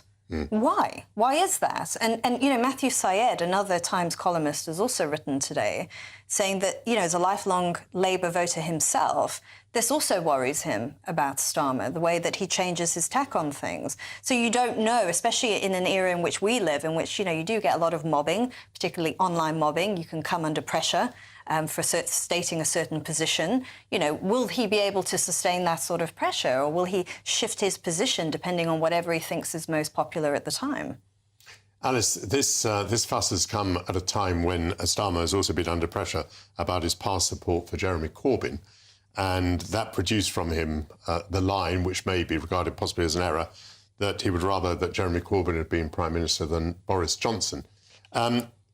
These remarks of J.K. Rowling go to the character of the man. Do you see that as damaging? Do you think people will think she's onto a point here? I think she absolutely has a point, that nobody really knows what Keir Starmer believes and what he stands for, and that he is very susceptible to being influenced by noisy, supposedly progressive minorities. I think what I would like to say about the issue of what is a woman. I think there's a lot of bad faith in this debate. The question isn't what is a woman. Everybody knows what a woman is. The question is what is a trans woman, and does she have the exact same rights in every circumstance as a natal woman? And when you have a conflict of rights like that between people, human beings, nobody is a winner. So I do think that it would be good if women like J.K. Rowling didn't take such a kind of victorious tone, like they've somehow won in this argument, because fundamentally, trans people aren't going anywhere. But I do think that, as to her point about what does Keir Starmer really stand for, I mean, who knows? Whatever's the most fashionable thing to stand for at the time. When you say trans people aren't going anywhere, how did you feel about the convicted rapist in Scotland, who, fully equipped as he is as a man, but nonetheless declaring herself to be a woman, was sent to a women's prison? How do you feel about that? I think that is an individual who's clearly taking advantage of a failure in the system. I think when it comes to women-only spaces and sports and so on, this is something that we should be able to deal with. But ultimately, there are going to be some individuals out there, some trans women out there, and they should be respected and have dignity and freedom the same as everybody else. Yes, I mean, I'm not aware of anyone who's saying anything differently, but what they are saying, what people like J.K. Rowling have been saying, is that, you know, what has been happening in prisons, what's been happening in children's medicine, the sort of thing that was reviewed by the Cass Review, that this won't do, that this really has to be rolled back. Aubrey, I don't know what you want to comment on. Let me get you to comment on the question of the character of Keir Starmer. Well, I suppose it doesn't look good, does it? That, I mean, 3 years ago, he was criticising people for holding the views that Rosie Duffield does. And in the years since, she has accused him of sort of ignoring her, maligning her, not having meetings with him, and now turning around and saying that he agrees with Tony Blair. So I think it plays quite squarely into the Conservatives' argument that he changes his mind or is a flip-flopper and is indecisive. However, obviously, he is going to be confronted with going into government in potentially 2 weeks' time, and there will be decisions to make, for example, about the government's guidance for schools on how to help and support people who are questioning their gender. I suppose there will be questions about whether or not the government, under a Labour banner, would rewrite the existing draft guidance, whether it would change any of the fundamentals. It doesn't sound like they would, but tonally they're really talking about changing some of the framing and trying to centre it more in sort of kids' wellness rather than they would claim culture war problems. So I suspect he's going to find that this is a subject he is still quite fraught on, even when he gets into government. Even if he has flip-flopped, he does seem to be quite a wily politician. And even if he lacks charisma, we think because he lacks charisma, he's probably not a very good politician. But I wonder actually whether he does respond to these influences and he changes his mind because he sees how the ground is shifting. That doesn't help his reputation for consistency, but it may put him in the right place at the right time. Now, for example, I thought he judged the Israel problem quite well for the Labour Party, the possibility that they would again be accused of anti-Semitism, which is such a potent and destructive accusation to make against Labour. And so he held the line, for example, on the ceasefire, which was the first issue that came up after the March the 7th attack, October the 7th attack. He held the line on that quite well. Do you think there are elements of Keir Starmer which are a bit stronger and tougher than this discussion might have suggested? Well, flip-flopping is obviously the sort of negative spin that one would put on it, but when you generally ask voters whether they would prefer a politician was open to changing their mind, if they had new facts or experiences or spoke to other people, they're probably quite favourable to it. So even in the Boris Johnson days, we used to see flip-flopping of almost the highest order. And again, politicians, he got some respect for it from some members of the public because, again, they sort of respected that, eventually he was corralled into possibly the right position, even if the starting one wasn't the right one. They respected that he got there in the end. So it's not always seen as a negative thing. In this case, it's being presented as by the Conservatives as he is untrustworthy, i.e. if he's ruling out tax cuts now, well, maybe he'll be ruling them back in 3 months' time. So that's the danger here. And all parties are coalitions. I think I'm right in saying that Scottish Labour has not yet come into line with accepting the Cass Review. Yes, I think that's right. I mean, the Scottish Labour initially supported the SNP's gender recognition reforms until they saw how badly they were going. But I'm not sure that they've reneged on that position. I don't think they've... Aubrey, you might know. Has Scottish Labour withdrawn its support for the gender recognition proposals that were put forward by the SNP government? It's not entirely clear. I mean, the Scottish Labour Party does pride itself on being slightly independent. So, for example, the leader, Anna Sanwar, has opposed the two-child benefit cap and gone much further on calling for a ceasefire in Gaza earlier than the National Party did. So they are outliers on a number of positions. So, Candice, do you think that J.K. Rowling, this figure from entirely outside politics, has had a rather dramatic effect on this issue and has produced this question, which is probably quite a general question for people? Can you trust Keir Starmer? Yes, I think she's had an enormous influence. I think when she entered this debate, it was a sort of a pivotal turning point. It launched it out of, the sort of unknown corners of the internet to the mainstream. Suddenly someone like J.K. Rowling was talking about these very obscure gender-critical talking points. I think, though, that the point Kemi Badenoch made, though, is the right one. You can have all these debates online and you can have all these debates within the culture, but ultimately at the level of policy, you have to have people who are sympathetic to your views, who are willing to make the changes and make the arguments in Parliament and when law is made. Otherwise, I think it kind of stays within those circles and doesn't go outside of it. And as Aubrey says, if there's to be a Labour government, the Labour government is going to have to make a series of very important decisions. Aubrey Allegretti, Alice Denby and Candice Holdsworth, thank you so much for joining me on this Sunday morning and afternoon. After the break, we'll be discussing whether social media are now key to classical music's survival. Concert pianist and double bassist Anne-Gabrielle Douce will share her thoughts on whether the octet and the ensemble are on course to online.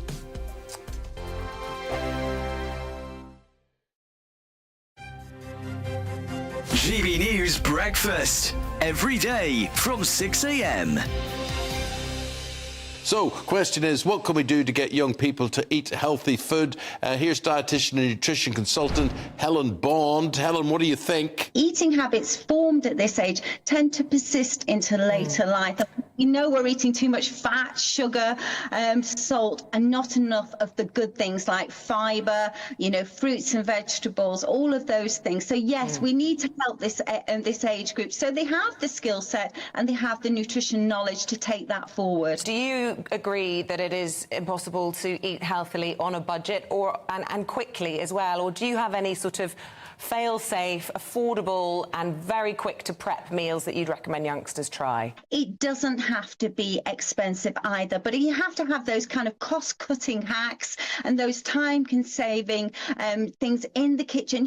Make use, I always say, of things like peas, beans and lentils, which are a type of pulse, very inexpensive compared to meat, and yet they double up as one of your 5 a day, and also a great source of plant-based protein. If you overget a milk as something, you have too much milk, maybe make some lattes. I just wanted to throw a shoe at the TV, really, because was there nothing else on or nothing else available? The point being, there is an audience, there's obviously an appeal, there's obviously people are watching this stuff. So what are they doing? Are they watching and not cooking? I think that's it. They're watching and maybe enjoying all the cookery programmes like I do. And I'm a typical person in the kitchen. I must have about 100 cookbooks. But sometimes when you are time poor, you've got to feed a family or you've got to feed yourself and everything, you don't really know where to start. And I think that's why apps and having things online for this younger audience makes it much more accessible. Start with one recipe and build it up from there. Like I said, The People's Channel. Sunday nights on GB News. From 6, Neil Oliver. At 7, it's Free Speech Nation with Andrew Doyle. At 9, Mark Dolan. And at 11, get set for the week ahead with headliners. Tomorrow's papers tonight. GB News, the People's Channel, Britain's news channel. Every Saturday, 10 till 12, we'll bring you all of the news that you need to know. We'll also remind you that there is so much to smile about. It's my favourite time of the week. I get to relax, enjoy some light-hearted stories, and let Ellie teach me about fashion too. That's Saturday Morning Live, every Saturday, 10 till 12. Only on GB News, Britain's news channel. We're proud to be GB News, the People's Channel. And as you know, we always love to hear your views. Now, there's a new way of getting in touch with us at gbnews.com/yoursay. By commenting, you can be part of a live conversation and join our GB News community. You can even talk to me, Bev Turner, or any of the members of the GB News family.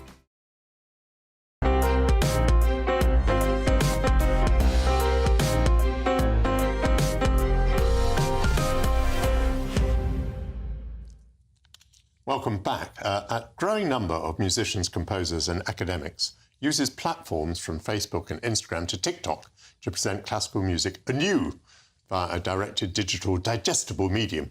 Joining me now to discuss the next generation's way to connect with classical music is Anne-Gabrielle Douce, a UK-based French concert pianist and double bassist. So lovely to see you on this Sunday afternoon. Thank you so much for coming into the studio.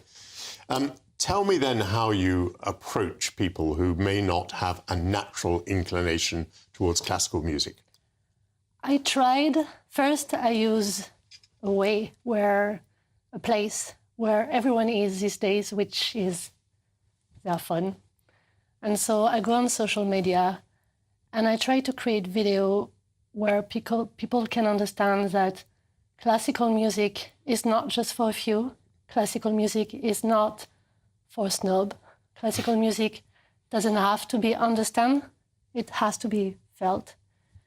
And I try to break this misconception that because composers are genius, you have to be a genius yourself to understand it. And it's completely untrue.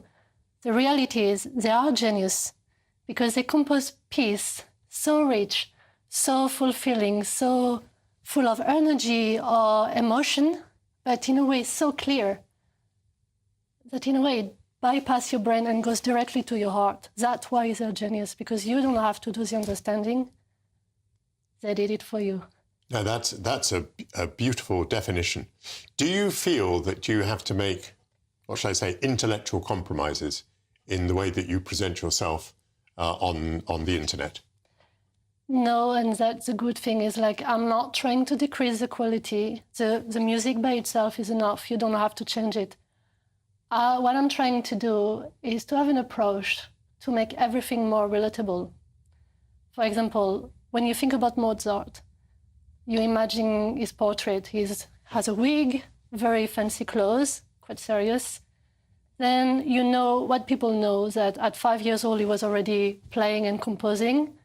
You might know that he died at 35 and still managed to compose over 600 works. Like, who knows that? You know he was a genius, but you impress. But it's so big that you can't relate to that. You know he's a genius, but there is a kind of distance. So what I like to do is like introduce fun fact just to make him more human, like the fact he was a shop alcoholic.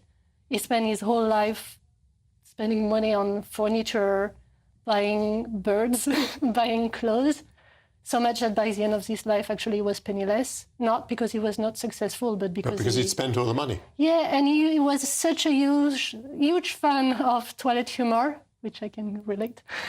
And you're a fan of toilet humour as well? No, just a tiny bit. I mean, I'm sorry, but easy joke make me laugh. And does it change the fact he's a genius? Does it stain his work? No, but somehow, see yourself, somehow you're smiling now when you talk about him. Before you were a bit more serious because that was a very serious topic.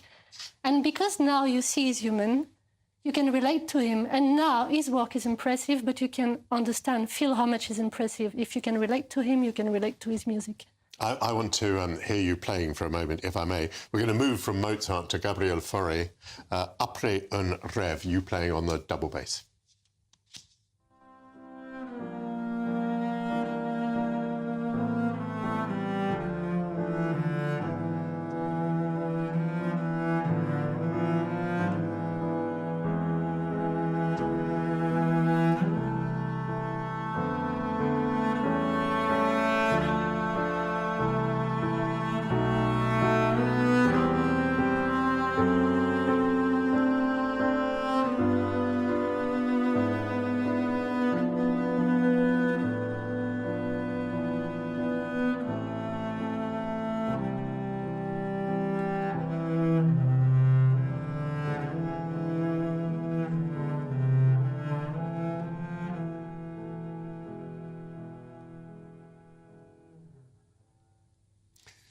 Very beautiful. Not only very beautifully played, but actually very beautifully shot. It's a very high-quality piece. So that's the sort of thing that you're putting out through these various social media platforms. No, actually, I tried this. For this clip, I was very lucky. I was in lockdown, stuck in my flat. And I'm very fortunate that I had a neighbor Zoran Vashkovich, which is like an amazing director of photography, living just downstairs. And he heard me play, and at first he was stuck himself doing his own movie in his flat, couldn't go out, and he did in music, so he asked me if I could record something for him. And when he heard the music, he told me, you know what, forget about my film, I'm going to do music video for you. So we did it in my flat, just him and me, and I was very lucky. He did an amazing job. Something good came out of the pandemic, because that is a beautiful clip. But the thing is, on social media, you don't want to show too curated thing. I know it has a reputation of having filter and having the perfect image, a perfect version of yourself. But I don't think for classical music, I don't think it's a good thing to promote always curated and like perfectionist thing. I think not too much perfection. Exactly. So because that creates a barrier, you think, possibly. Yeah, the way you dress, the way you present yourself, the fact that you're always looking for perfection. We're all looking to improve ourselves in daily life, but we all go through different parts, like we all struggle at some point. And however, I mean, it is one of the things that impresses me about classical music presentation. You have to be so precise that there'll be people in the audience who know if you've got a single note wrong. I mean, compare that with presenting on television. I can say wrong things all the time. I pay no penalty, but the musician who isn't precise pays a penalty. Before you answer that, I want to hear some more. You playing the piano. This is Danzas Argentinas, Argentine dances. Love your accent.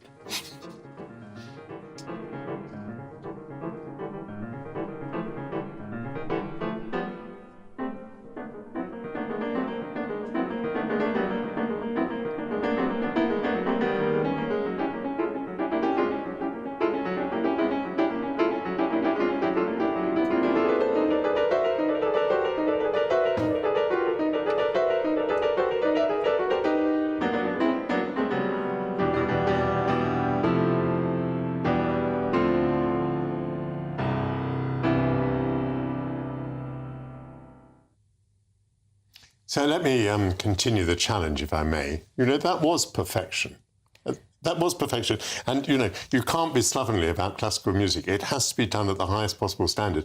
And people coming to classical music, I mean, they have to understand they're not going to play like you, but they also have to understand that that is only achieved by the most extraordinary dedication of a lifetime, day after day, practicing hours and hours a day. That's the only way you achieve that quality. It's true, but at the same time, no. What I try to do on social media, that was the final version. That was the one with the dress, the one like you actually put the hours into it and you're comfortable enough to share it with someone. But the truth is, music, it's a whole journey and everyone struggles. And I don't want people to perceive classical music in a way that you have to dress. So on social media, for example, I post work in progress video and I post things that, in fact, for example, most of the time I'm in my pajamas because I read something in the morning and I just take my phone, do a selfie, explain thing and post it. I don't think twice. The work in progress video, I'm in jean and t-shirt. There is not all this decorum around. I try to show to people that we all struggle. This is the final version, but we started like sight reading is not that easy.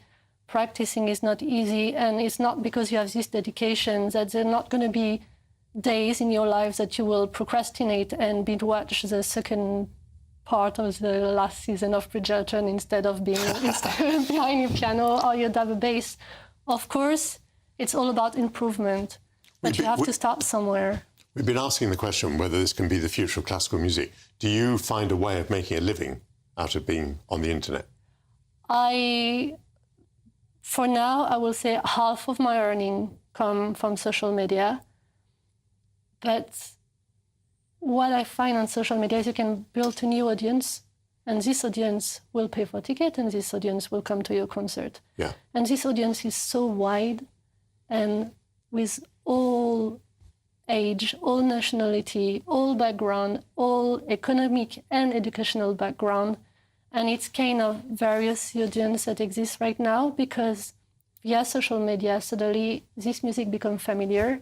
It's not out of reach anymore. They understand the musician as well. They see we struggle. They see that yes, it has dedication, but it's not this idea of we have no life, that we're very austere people, that we can't have fun, that It's like everyone, I don't know how to explain, but it's like, classical music is maybe the more human music ever because there is no words. So it's just about, you can communicate with absolutely everyone, as you said before, directly into the heart. Exactly. Anne-Gabrielle Douce, such a great pleasure to talk to you so much and to listen to your music. After the break, is the economy a determining factor for voters on July the 4th? As inflation has met the Bank of England's target for the first time in 3 years, will that sway people's decisions? I'll be speaking to Dr. Roger Gewolb. But first, the latest headlines with Tatiana Sanchez.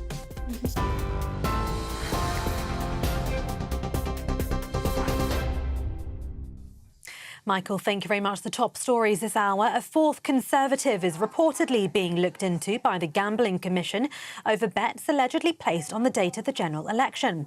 The Conservative Party's chief data officer, Nick Mason, has taken a leave of absence, according to reports, amid claims he placed bets on the timing of the election.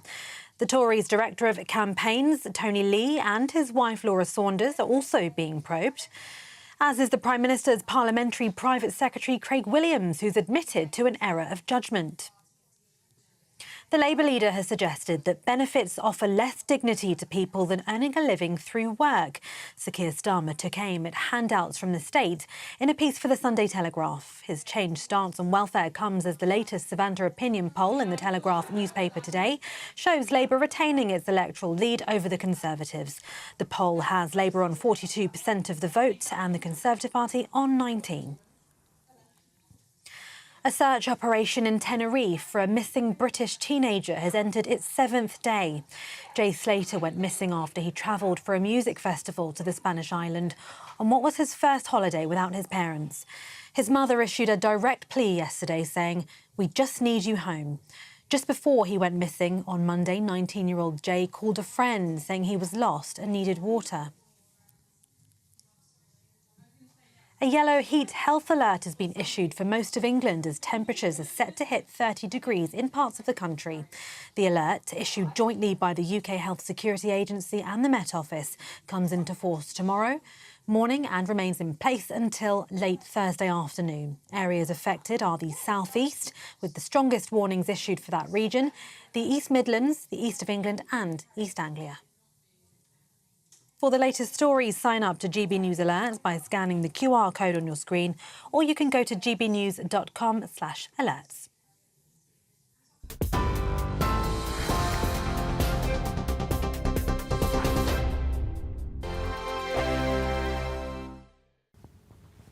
Hi there and welcome to the latest update from the Met Office for GB News. It's another fine summer's day for most of us, but there is some lingering cloud out there, particularly around southwestern parts, and some of that could stick around through much of the day. Otherwise, we've got this ridge of high pressure bringing settled and sunny summer conditions for the vast majority. In fact, the best of the sunshine is across Scotland, Northern England, parts of North Wales through the afternoon.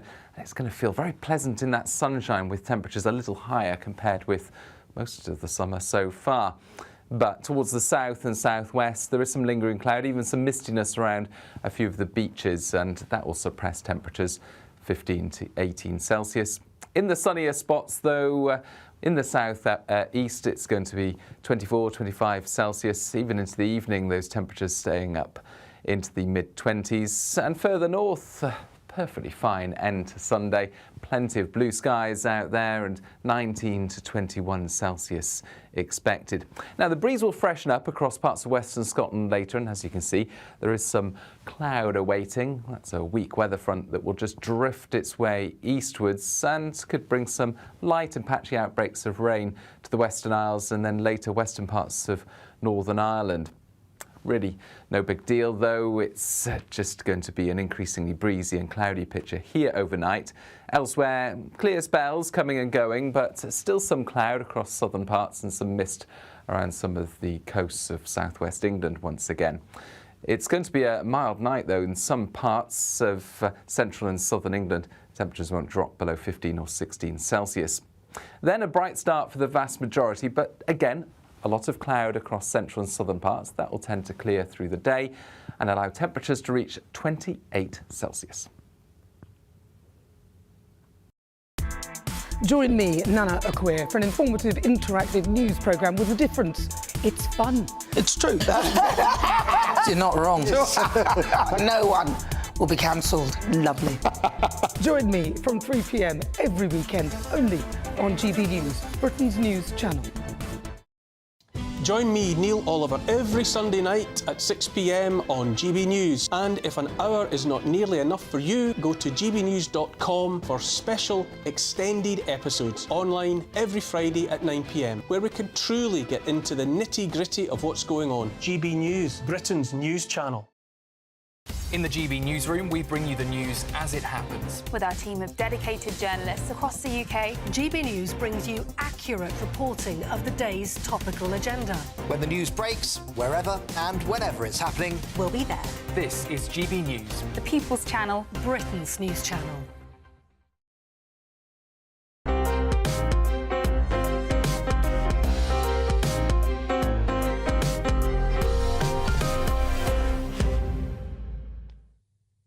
Welcome back. Inflation has hit the Bank of England's target for the first time in almost 3 years. Maybe too little, too late for the Tories.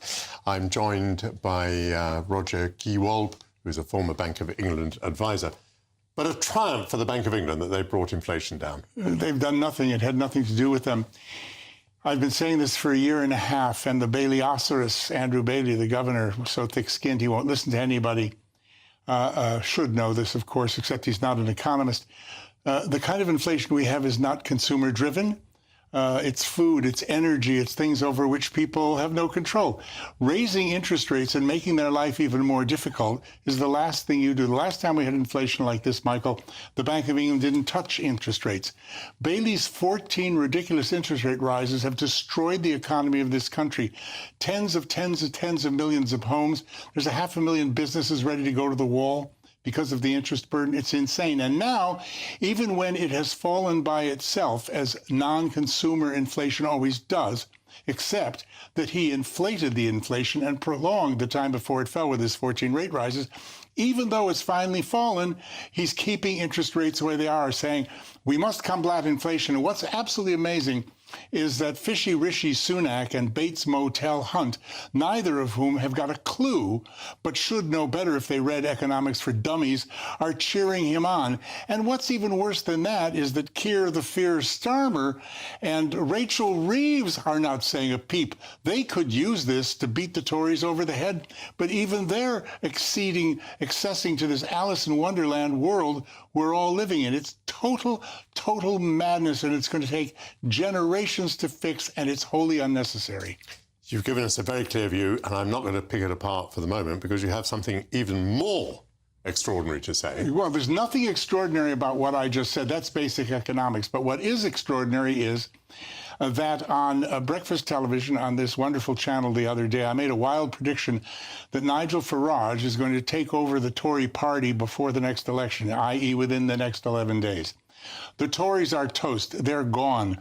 Rishi is meeting with Stop Oil, I understand, to find out how to glue himself to his seat. And they are going to disappear for at least a generation.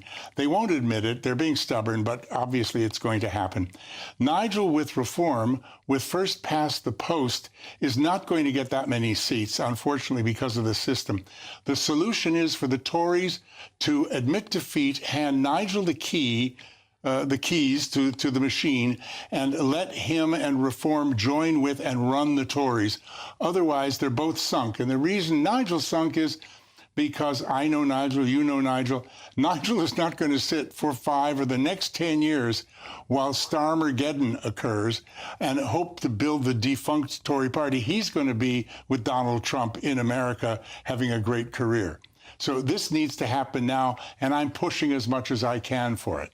It's not going to happen now, if only because the Tory party at the moment doesn't really exist. I mean, we have a number of candidates. We don't have any members of Parliament. We still have a leader of the Conservative Party, but there simply isn't the mechanism by which any of that could happen because we don't know who's going to be the next Parliament. We don't know whether it's going to be 50 or 200 Conservatives. So none of these things, it seems to me, can happen mechanistically. All they have to do is make him the leader.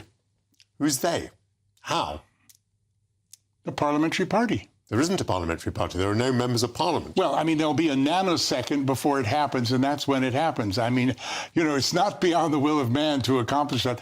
Somebody's going to be in that position. And what I'm saying is what makes sense for both the Tories and Reform, and most importantly, the electorate to whom, the Tory party has not paid much attention in the last 14 years.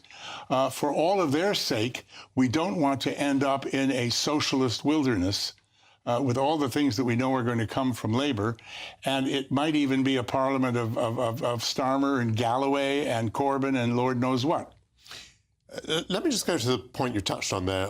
This is kind of the character of Nigel Farage. Are you saying that if he was successful in Clacton and at last had a seat in the British Parliament, which I say even today is a prestigious and influential position, you're telling me that he'd rather swan off to the United States than maximise the clout that he would have within the House of Commons? I think he will get very frustrated in trying to build the Reform Party and have whatever association it is with the Tory party that is possible as they exist in their present form, yes.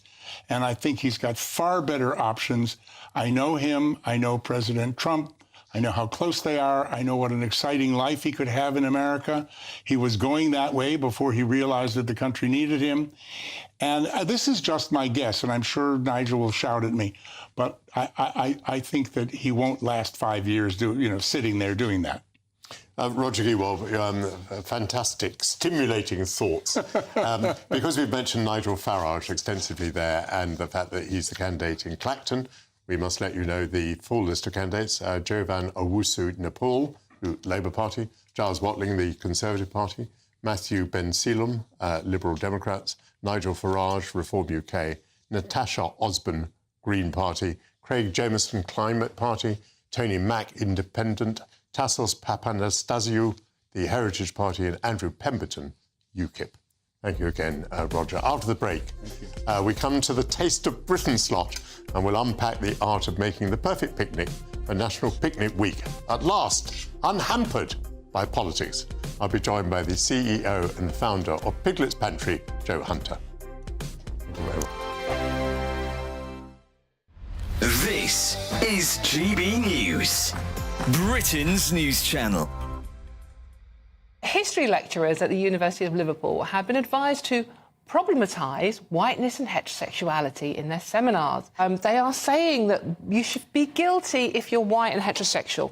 Not using the long words they use, but that's kind of what they're saying. Yeah, but do you know what? History in this country is concerned with more and has been lived by more white people and more heterosexuals, right? And that's the history. I'll tell you something else, Don. This is Russell Group University material here. This is Liverpool. It's a really good university. Mm-hmm.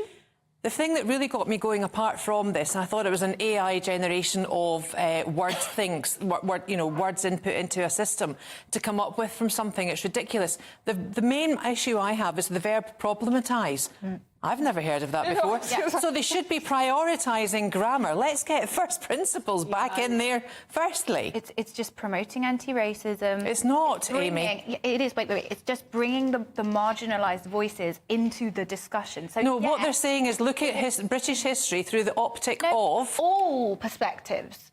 So let's look at it from the perspective of a queer person growing up. Let's look at it from the perspective of somebody from... But that's not the majority. When I actually looked at the evidence, it's all about unpacking bias. And you have to admit there has been a white bias in history. No, there hasn't, because the facts... From a white perspective... Amy, the facts are, in history, most people in this country are white and heterosexual. Of course, but then there's still... So that's the history. ...voices that deserve to be brought into the discussion as much as the dominant... Look, like, that's all decolonising the curriculum is hearing all sides of the argument. Which surely we at GB News love. We celebrate that. That's what we do. We do, but we're not telling anybody it's bad to be white or it's bad to be... Exactly. That is not what... Amy, it is. It is.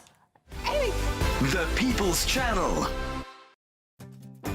I'm Isabel Webster. Thanks for joining us on GB News, Britain's news channel.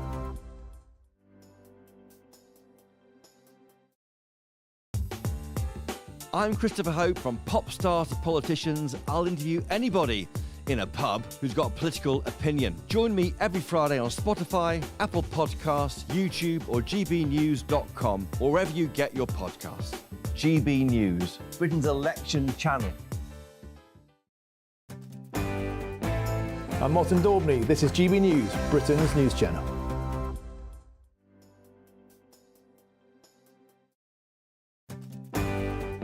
I'm Patrick Christys. This is GB News, the People's Channel, Britain's news channel.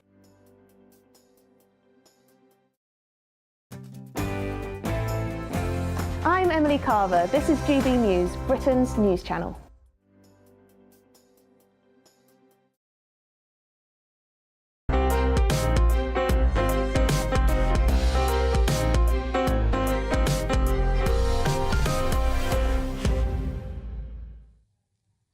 Welcome back. National Picnic Week is an annual celebration that invites people to connect with nature, enjoy good food and create lasting memories through the simple pleasure of picnicking. National Picnic Week returned this week, runs until 26th of June, which means it's the perfect opportunity to get outdoors for a touch of déjeuner sur l'herbe. Joining me now to share some perfect picnic possibilities is the CEO and founder of Piglet's Pantry, Jo Hunter. Lovely to see you. Nice to meet you too, Michael. So you send people picnics through the post or whatever? We do. You get a box like this? Indeed, yes. It was born out of COVID, really. We pivoted the business during COVID. So a bit prior to COVID, we were all wholesale direct to customers around the UK. And that obviously shut overnight, so it was a bit of a shock. So family, it's a family business. We all got together around the table and thought what would cheer people up better than a picnic through the post. And it's grown momentum and has just survived COVID and just gone from there, really. So, and this can be a chilled pack? Yes, so it comes in another outer box. So this goes in an outer box with chilled packs inside as well. So it gets there in temperature overnight, really, yes. And this is what you get inside. I'm just going to lift this up so it may be a tiny bit more visible. What I'm seeing here, I think, are some Scotch eggs and some sausage rolls. Is that right? Yes, so you've got all of our products are made with British from British products. We have some very good quality pork. We've been working with our suppliers for many years, and a beautiful egg inside, which is also British as well. A gorgeous Scotch egg. Yes, yeah, really good. I'm going to have to ask you a question to give me an opportunity to scoff some of this lovely egg. Tell me about what have we got over here? So alongside the Scotch egg, we've got sausage rolls, which are all made by hand. We have our own quiches. So this is a quiche Lorraine with some bacon and cheese. We have buttermilk scones, which are beautiful. Recipe I've had since I was a young child. We have a very gorgeous Victoria sandwich. Inside there's some jam. This thing? Yeah, so it's a Victoria sandwich cake inside with jam. You have to cut it open to kind of have a look, really. Might do that in just a moment. And then this is a lemon... oh, that looks gorgeous. Lemon cake. It is my favourite cake. So it's soaked in a lemon syrup and is just absolutely quintessentially British. I think a lemon drizzle cake. Have you any tips for picnicking? I like to make quite a palaver of picnicking. Even when I was quite young, I bought myself a round table that fitted in the boot of my car. I got myself, one of those lovely parasols that goes in the middle of the table. I bought myself fold-up chairs, a tablecloth with a hole in it so that, you could put the umbrella through. And I would set out like that and, set up my stall in the country. Do you like to have ceremony about your picnics? I do, yes. So we live by the sea, so we're very fortunate. So we have lots of cool bags, the same as you, picnics and rugs, and there is a whole paraphernalia to going down to the beach with us, alongside a cool bag with obviously a nice glass of sparkling wine or two occasionally, and some water, and just the whole day is mapped out really for enjoying all the things you're going to eat. So yes, I've got onto your lovely quiche. Talk me through that again. I've got some ham in there, haven't I? So you have. So we make all of our own pastry. So all of our pastry is made in-house, and then we make it's called a Royale mix, which is a mixture of egg and cream and milk, and then there's some cheese and some crispy bits of bacon that are cooked inside it. So it is one of the kind of oldest quiches that we have in the UK. So quiche is kind of like, one of those quintessentially British things you think of when you picnic. So the idea of the classic box that we have is that it reminds you of your childhood, really, and the things you used to do with your grandparents. So it does for me anyway. So. I don't think when I was a child we had such splendid picnics. Now, you spoke highly about these scones. Why do you rate this scone so highly? What have you done to that? I think scones are all about how you make them and making sure that they're treated as lightly as possible. So when you bake with very, very gentle ingredients, you have to mix them very carefully, and it's all about the jam and the cream. So now I'm going to ask you, is it the jam or the cream first that you prefer? I prefer to put the jam on first. No. I can't remember now. Does that make me Cornwall rather than Devon? Is it that way round? Yes. I prefer the cream and the jam. So, well, by the way, a big debate, to be honest. I'm tucking in here, and you're having nothing. You're very welcome to join me here. I'll watch you and see how you get on with that. I think they're probably the lemon cake. You need to try the lemon cake, to be honest. All right. My favourite. I might join you with the lemon cake, to be honest. It is definitely one of my favourites. So, yes. So, it has to be light. It's got to be treated very carefully. If you overwork any kind of pastry like a sponge or any sort of bread dough baked pastry, it just goes too tight and you don't get that lovely light feeling when you eat it with the cream and the jam, and that should all work together really well as a kind of final thing, really. So. You're a business that employs, about 100 people, aren't you? Yes, about 100 people, yes. Which is interesting, because it puts you... you're no longer a household business. No. What I mean, a homespun business, a cottage business. You're not that anymore. No. On the other hand, you're not a big business either.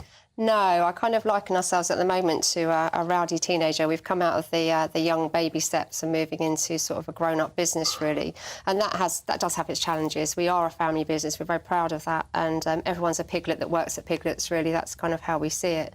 But there is definite challenges as we've moved into, now, a 28,000 big square foot space with 100 people. You start to have to, put processes in place and become more of a grown-up, really. So that's sort of since the last sort of 2 or 3 years post-COVID, that's been an explosion of growth, really, for us. So, yes, we're heading towards sort of 10 million turnover company now, which is definitely no longer a small business. So, yes, it's been definitely interesting and challenging. So, and you're trying to keep the quality of the food as though it was still a cottage industry. Absolutely. I'm on to your lemon cake. So all of our heads of teams are all chef-led. So I was a pastry chef originally many years ago. So we're trying to retain that quality of ingredients, quality of making products, and introducing, where necessary, some machinery to kind of alleviate the pressure of obviously making them in volume, really. So it's not, obviously it's a food production-led company, not a manufacturing-based company. So yes, that's the kind of how I perceive ourselves to be, really. I can see you're particularly proud of your lemon cake, and quite rightly. It's beautifully moist, isn't it? It is really. That's something that you actually used to bake yourself, is it? I did, yes. Or maybe you still do you? I still bake them myself. And the carrot cake, since I was about 16, I think that recipe has come from a childhood. So yes, we still, I think we all bring to the table as chefs in the business some ideas. So it's good, yes, yeah. Absolutely marvellous. Well, thank you very much, and let's hope that we continue to have some weather which will enable us to picnic. Joe Hunter from Piglet's Pantry, thank you very much indeed. And thank you to all my guests today. It's been lovely to have so many people in the studio today, giving up their Sundays to come and talk to us. I will be back next Sunday. I'll be here from 11 o'clock. Coming up next, GB News is Sunday with Dawn Neeson. So please enjoy the rest of your Sunday. Stick with GB News. Listen to Dawn while I continue to enjoy my lemon cake. Thank you. Looks like things are heating up. Boxed boilers, sponsors of weather on GB News. Hi there and welcome to the latest update from the Met Office for GB News. It's another fine summer's day for most of us, but there is some lingering cloud out there, particularly around southwestern parts, and some of that could stick around through much of the day. Otherwise, we've got this ridge of high pressure bringing settled and sunny summer conditions for the vast majority. In fact, the best of the sunshine is across Scotland, Northern England, parts of North Wales through the afternoon. And it's going to feel very pleasant in that sunshine with temperatures a little higher compared with most of the summer so far. But towards the south and southwest, there is some lingering cloud, even some mistiness around a few of the beaches, and that will suppress temperatures 15 to 18 Celsius. In the sunnier spots, though, in the south east, it's going to be 24, 25 Celsius. Even into the evening, those temperatures staying up into the mid-20s. And further north, perfectly fine end to Sunday. Plenty of blue skies out there and 19 to 21 Celsius expected. Now, the breeze will freshen up across parts of western Scotland later, and as you can see, there is some cloud awaiting. That's a weak weather front that will just drift its way eastwards and could bring some light and patchy outbreaks of rain to the Western Isles and then later western parts of Northern Ireland. Really no big deal, though. It's just going to be an increasingly breezy and cloudy picture here overnight. Elsewhere, clear spells coming and going, but still some cloud across southern parts and some mist around some of the coasts of southwest England once again. It's going to be a mild night, though, in some parts of central and southern England. Temperatures won't drop below 15 or 16 Celsius. Then a bright start for the vast majority, but again, a lot of cloud across central and southern parts. That will tend to clear through the day and allow temperatures to reach 28 Celsius. That warm feeling inside from Boxed Boilers, sponsors of weather on GB News. It's the final week to see how you could win big this summer. First, there's a fabulous £15,000 in tax-free cash to ensure this summer is special. What would you spend that on? Next, you'll also receive the latest iPhone 15 and a set of Apple AirPods. And finally, £500 to spend at your favourite UK attraction. You have to hurry as lines close at 5 p.m. on Friday. For another chance to win the iPhone, treats and £15,000 cash, text prize to 63232. Text costs £2 plus one standard network rate message. You can also enter online at gbnews.com/win. Entries cost £2 or post your name and number to GB06 PO Box 8690 Derby DE1 9TT. UK only. Entrance must be 18 or over. Lines close at 5 p.m. on Friday. Please check the closing time if listening or watching on demand. Good luck. This is GB News and we are Britain's election channel. This vote may seem to be about the politicians in the media, but actually it's about you. And we won't forget that. Join us up and down the country as we follow every moment together. More than ever, it's important to hear all sides as you make your decision ahead of polling day. We're here for you. This is GB News, the People's Channel. Britain's election channel. Good afternoon, Britain. Your lunchtime update on the stories that matter across the UK. From breaking news and insightful analysis, inspiring stories and lively debates. You're comparing yourself to a former Prime Minister. Which is it? Stay informed, stay updated, stay entertained. I just don't know how anyone would not want to be there. Every weekday from